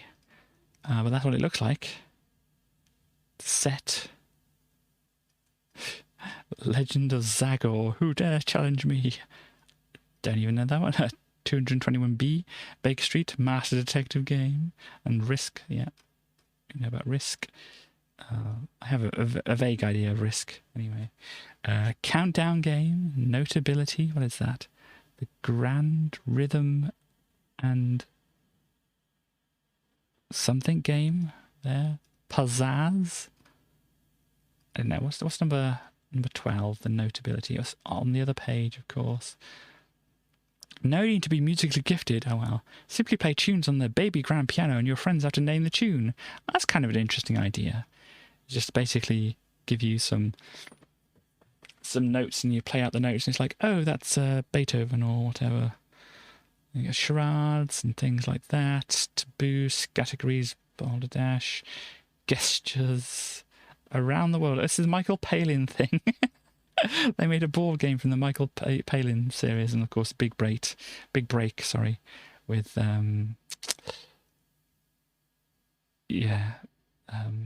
Jim Davis and this other guy, Jim Davidson. I think it's Jim Davidson, isn't it? Totally dingbatch. Yeah, I actually found on the Internet Archive a book of this that I had, so we might have a look at that at some point. The Family Teleaddicts, because yes, Noel Edmonds had the house party, but he's also on this game called Teleaddicts. Dare. I remember seeing the box for this, but I don't remember if I know. Gosh, look at this. Oh gosh, it's Jackbox, but before Jackbox, Party Pictionary. Yeah, Pictionary stuff here. Trivial Pursuits CDs, Brit Quiz. Gosh. Puzzle for a clock. Interesting. Some kind of like it's got Paul Daniels on the box for some reason, but yes, I've seen things like this. I think it's just like basically a classic puzzle of get the ring off the things here. Almost looks like a torture device, doesn't it? Anyhow, moving on. Got some Inspector More stuff and the Bill. Jigsaw puzzles. Okay. More jigsaw puzzles down here. The Impossible puzzle. Oh gosh, yeah. What's the one I had? Impossible, I think it was called. Let me see. Let me flick over to this so that I can just do. I don't think it's going to dox me here, but Impossible. Nope. It was this thing here. Let me just open image in new tab. This is what I'm thinking of. Let me get that back up on the screen for you. I had this. It's basically just 9 pieces, but they all had like card suits, hearts, spades, diamonds, clubs, for the like knobbly bits or the denty bits. And it's like, just figure out how to put these 9 things together. And yeah, so it was harder than it looked. But yeah, I had this. I don't know if I've actually properly solved it. There we go. And yeah, we saw some of this before. The Sega stuff. Nintendo. Yeah, the 2600, which, as I said, I didn't think was actually... I don't remember being sold in the UK, but apparently there the 2600 was. Yeah, the Game Boy TV tuner, which my brother had. Fancy looking carrying case here. What is this? This is a fancy like display thing for your Mega Drive or Genesis, as it says there. So Genesis video game organizer stores your Sega Mega Drive system and accessories. So yeah, it's obviously imported. But I think to store stuff, your Game Genies, we had a look at those before. But the games, what games do they have? Super Nintendo, Zelda 3. Oh, this one here was Zelda 3. Gosh, Link to the Past. That's the one. They got some Pilot Wings, R-Type, Super Soccer, Mario Kart, Ghouls and Ghosts, Sim City, Super Mario World, Star Wing. Is that Star Fox? Yeah, because they had to call Star Fox something else here for some reason. Super Star Wars, Lemmings, Tasmania, PGA Golf Tour, Super Probotector, Street Fighter 2. Some of these might be like alternate names. I'm having a thought that maybe the Probotector is an alternate name as well. Mario Paint. With Mario Paint. You can do stuff, yes indeed. And then we have Nintendo ones. Solid Jetman, Metroid. Yeah, you're good Metroid. I don't know what... Oh, this is supposed to be like indicating that this is this. Yeah, Boulder Dash. Pinbot. Legends of Zelda. Dr. Mario. Battle of Olympus. Kabuki Quantum Fighter. Oh gosh, look at this cool Argos Games kit. There we go. Sure, Argos Games kit there. What else we have? The Game Boy games they have here. Dynablast or Bomberman, as we've said before. Kung Fu Master. Oh gosh, look at this game. Burai Fighter Deluxe. Quicks or Kicks or whatever. Othello, Golf, Super Mario Land, Mega Man 2, Terminator 2 Arcade, Krusty's Funhouse, Super Mario Land 2. Also have the Game Gear one. Space Harrier, Sonic the Hedgehog 2, Lemmings, which you can see a faded screenshot of here. They actually just looks like they take a picture of the screen here. And Mickey Mouse 2. And the Master System ones, Alien Storm, Golden Axe Warrior. Golden Axe Warrior. I want to know of Golden Axe, but Golden Axe Warrior. Interesting. Afterburner. Wimbledon Tennis, Sonic the Hedgehog 2, Streets of Rage, Tasmania, Mickey Mouse 2. So yeah, the Game Gear and Mega Drive versions of this were slightly different, having some pings on my phone. I'll be done soon if there's anybody who's watching at the moment. But let's carry on. Mega Drive, Shinobi, yeah, all that kind of thing. Tasmania again, Echo the Dolphin over here. Cool Spot, some flashback as well, which is neat. Wolfchild, Black Hole Assault, yeah, Mega CD ones. So I probably would never heard of some of these ones. Road Avenger, but Prince of Persia, yeah, and Sherlock Holmes. That's the Sherlock Holmes there. All the LCD games, which always seemed to me to be better than they actually were. Before buying them, it's like, oh, that's going to be cool, and it's like, oh, it's kind of, yeah, whatever. Minefield. This is a Minesweeper game on your game player. Crash Dummies game. I had one like these in this kind of form, which was Sonic the Hedgehog one. I think it's Sonic 2. It's maybe in this one, in fact. Yeah, I think this is maybe what it was. Maybe just a Sonic the Hedgehog 1 instead. But yeah, I remember having a Sonic LCD game like this, and it's just like, it's okay. I'd rather actually play Sonic. Because at that point we didn't actually have a Mega Drive and stuff like that, so it's like, oh cool, I can play Sonic, but not actually have to have a Mega Drive. Beyond Snoopy Tennis at this point. Oh gosh, the Snoopy Tennis, one of these ones back here. And yeah, these are the basic simple ones. Vampire Attack, the very, very, very simple ones. Car racing, the blip, blip, blip, blip, blip car one. Invader, which looks very similar. The car racing one. They always did. The golf one here. Obviously, saw that in the catalogues, never really knew what it was like. And you had the LCD watch ones as well. I never had one of these, but I imagine it must be awkward to play. The Game Boy, actual Game Boy themed one. The Mario Bros. The Barcode Battler. Ah, gosh. Barcode Battler there. Sonic the 2 pinball machine. Nice thingy there. Battleships, that's the one.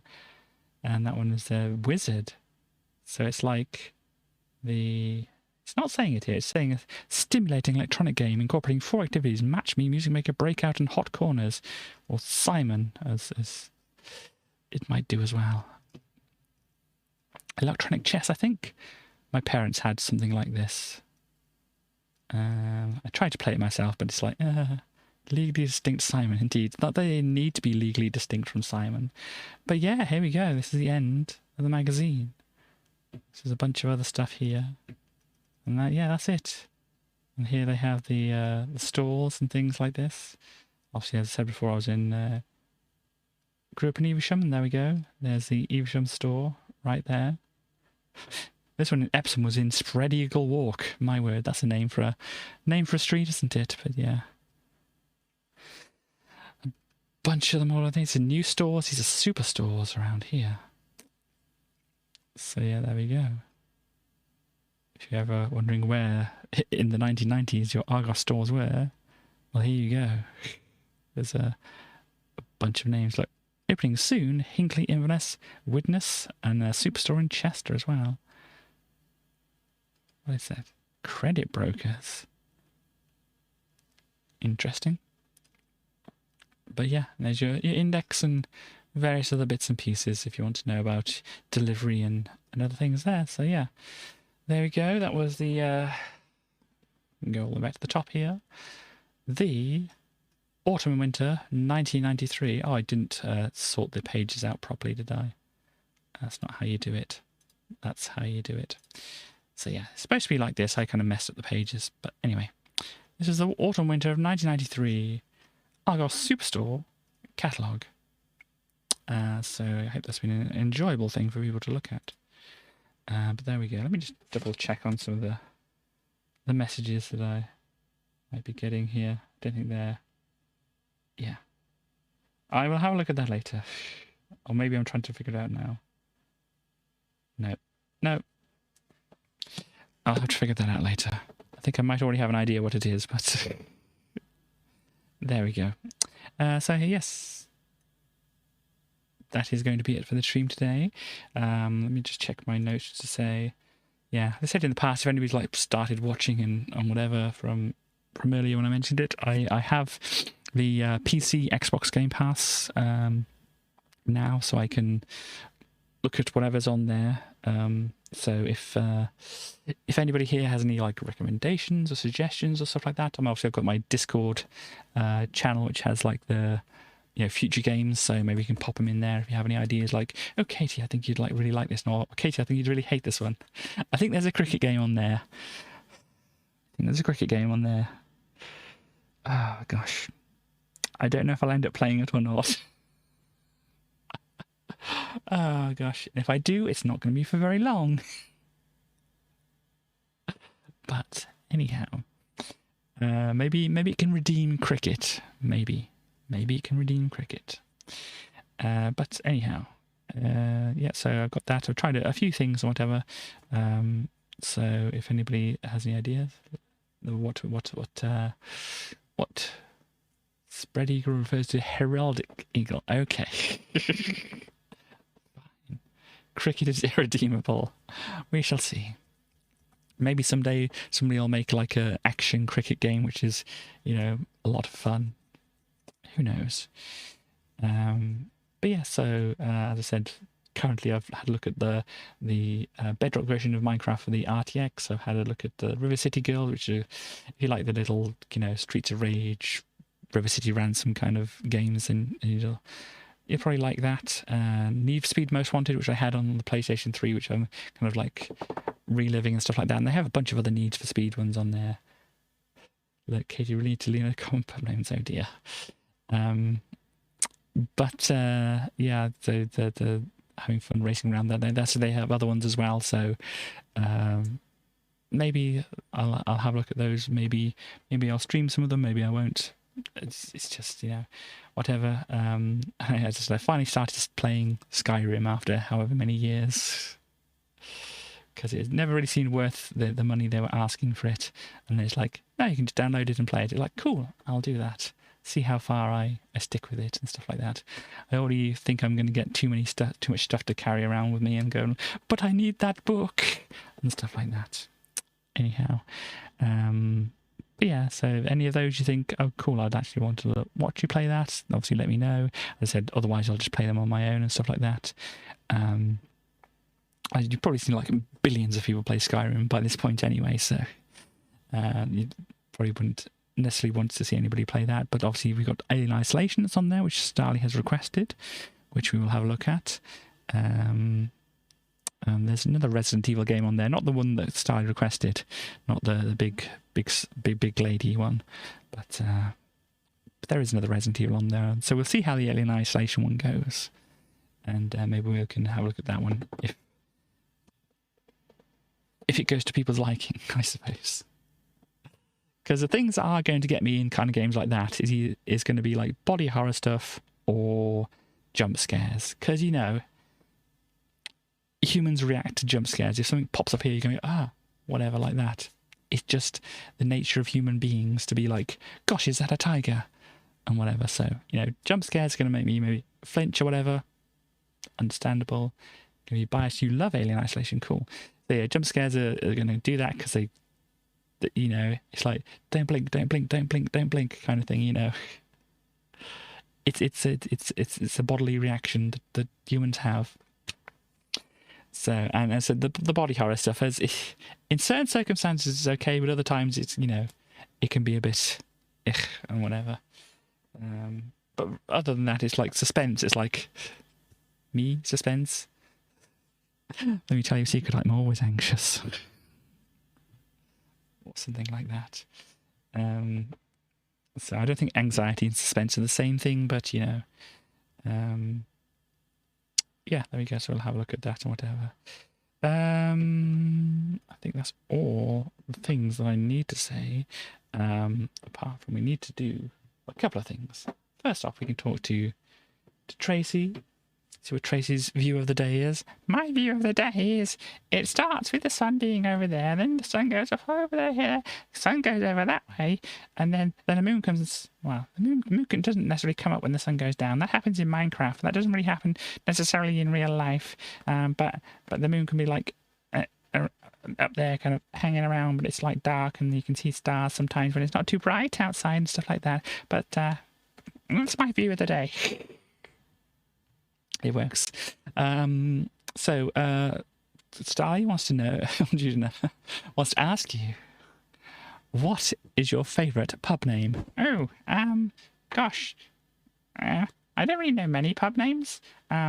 Is there one called The Cave? Because I would like one called The Cave, or The Cool Cave. That would be nice. Or maybe one called The Dinosaur. And their pub's called The Dinosaur, because I would like that one to be a pub called the Dinosaur Pub.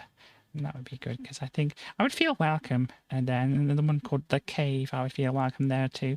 I don't really know very many actual pub names. They normally have like the Rose and Princess or Crown or Ham or something like that, don't they? I don't really know. I'm not educated on my pub names and stuff like that, much like Katie. So yeah, is that a good answer? I think it's the only answer you can really give, because you don't. Jurassica. Wow, gosh, my word! And I think that would be very kind of feel very, very kind of homely to me. Maybe do they have like plants up and stuff like that? Because that would be cool. Apparently it's in Sheffield. Oh, cool. Where's Sheffield?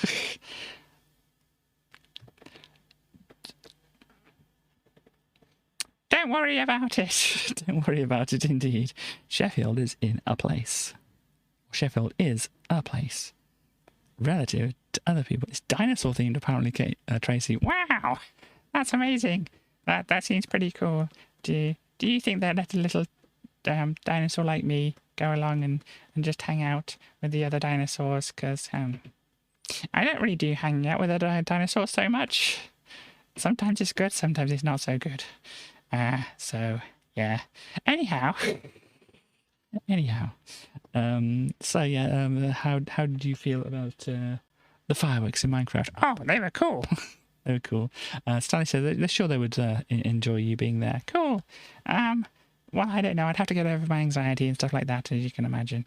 But yeah, anyway. But like the fireworks, yeah, they were cool. They were going boom, boom, boom, boom, boom, boom, boom, boom, boom. They would leave like different shapes and things like that. It was pretty cool. I'm glad you liked them, and you like the big bonfire as well. Cool, yeah. Fires are cool, but not when they're in forests and things like that. But if you like just kind of poke out your head out the cave and it's like there's a bit of a fire there that somebody's like set up, you can like kind of inch to like the outside and stuff like that, and then people won't see you too much, but you'll just be like there getting some warmth from the fire and stuff like that. It's quite good like that. You like that? Yeah. Okay. Any things to say, like what about the cool LCD games and things like that from the Argos catalogue? Yeah, I kind of had to play some of those because as I said, I like dragged the Argos catalogue and I like ordered some things, and some of them was the little LCD games and stuff like that. And yeah, so yeah, they were good to just kind of boop boop boop push them and try to play them and stuff like that. I mean, you had to have them in the light, so I had to go to the edge of my cave and like boop boop boop boop, and then somebody was coming by and was like, oh no, gotta go back inside and stuff like that. But yeah, it was fun to have a play about with them. Yeah, that's cool. I think that's all I need to say for today. So thank you everybody for coming to Tracy Talks About Stuff Corner, and gosh, I'll see you next time. Bye. There we go. There's Tracy saying bye to everybody there. So then me, I got another thing to do here just before we pop off and such like that. We have schedules. I think, yes. Sure, Tracy knows. You said bye-bye. I do. I've got stuff over here that lets me know. Cool. That's good. So anyhow, there's this is Sunday, isn't it? Currently on Sunday, which I can easily point to. And yeah, next is going to be Monday and Tuesday and Wednesday before. You get to see me doing streams again and stuff like that. And this Wednesday coming, if anybody's interested, this Wednesday coming, I will be able to do the Amiga magazines, but the Wednesday after I will be away. I think that's when I'm going to be away, and so it'll have to, the Amiga magazines will have to be on the Friday instead. But I'll let everybody know in future streams and stuff like that. What is coming up here? Yeah, we had the Christmas issue and we've got the January issue here. Oh yeah, we've got an interesting game appearing on the disc next time.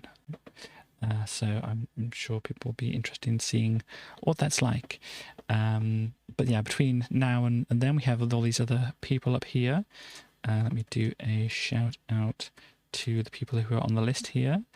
Let me also do a shout out to, if I spell it right, DJMB. I think I have done it right. Yes, I've done that right. Because they also do streamings and stuff like that, and they do some Minecraft stuff as well. So if you liked Minecraft earlier, you might like what they do. And they're not on this thing here because they probably clash with all these other people that are on here, and I don't want to clutter this up too much. You know, me and clutter. It's anyhow. But yeah, we have coming up. We have maybe some chaos and some stars tomorrow. Maybe some Starly and some chaos on Tuesday, and then maybe some more Starly before my stream on Wednesday as well. So. Be excited or something for that. So, yeah. How do you end these things? How long have I been doing this for? How do we end these things? I'm going to play another one of the... it's only a very short song from the album coming up here now. But we'll give that one a play here, and we'll say goodbye and stuff like that. So yeah, thank you everybody for popping by today, and I hope you enjoyed all the stuff, and I hope to see you again this coming Wednesday for some more Amiga stuff. So I think that's about it for now. Thank you for popping by, and I shall see everybody next time. Bye-bye. She thinks she's so full of wisdom, but she's full of lies. She'll be confused by your truth, and it's no surprise. She'll tell you all of the things that she wants to believe, cause she's something that she can't conceive. She says, no, no, no, you can't go to the ball after all, cause you ain't no princess. Why does she try to change you, but not him, cause she's Princess Charmless.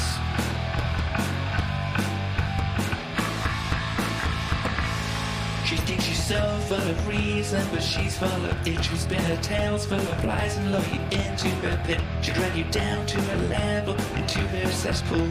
She's evil, destructive, and cruel. She says, no, no, no, you can't go to the ball after all, cause you ain't no princess. Why does she try to change you, but not her, cause she's Princess Charmless.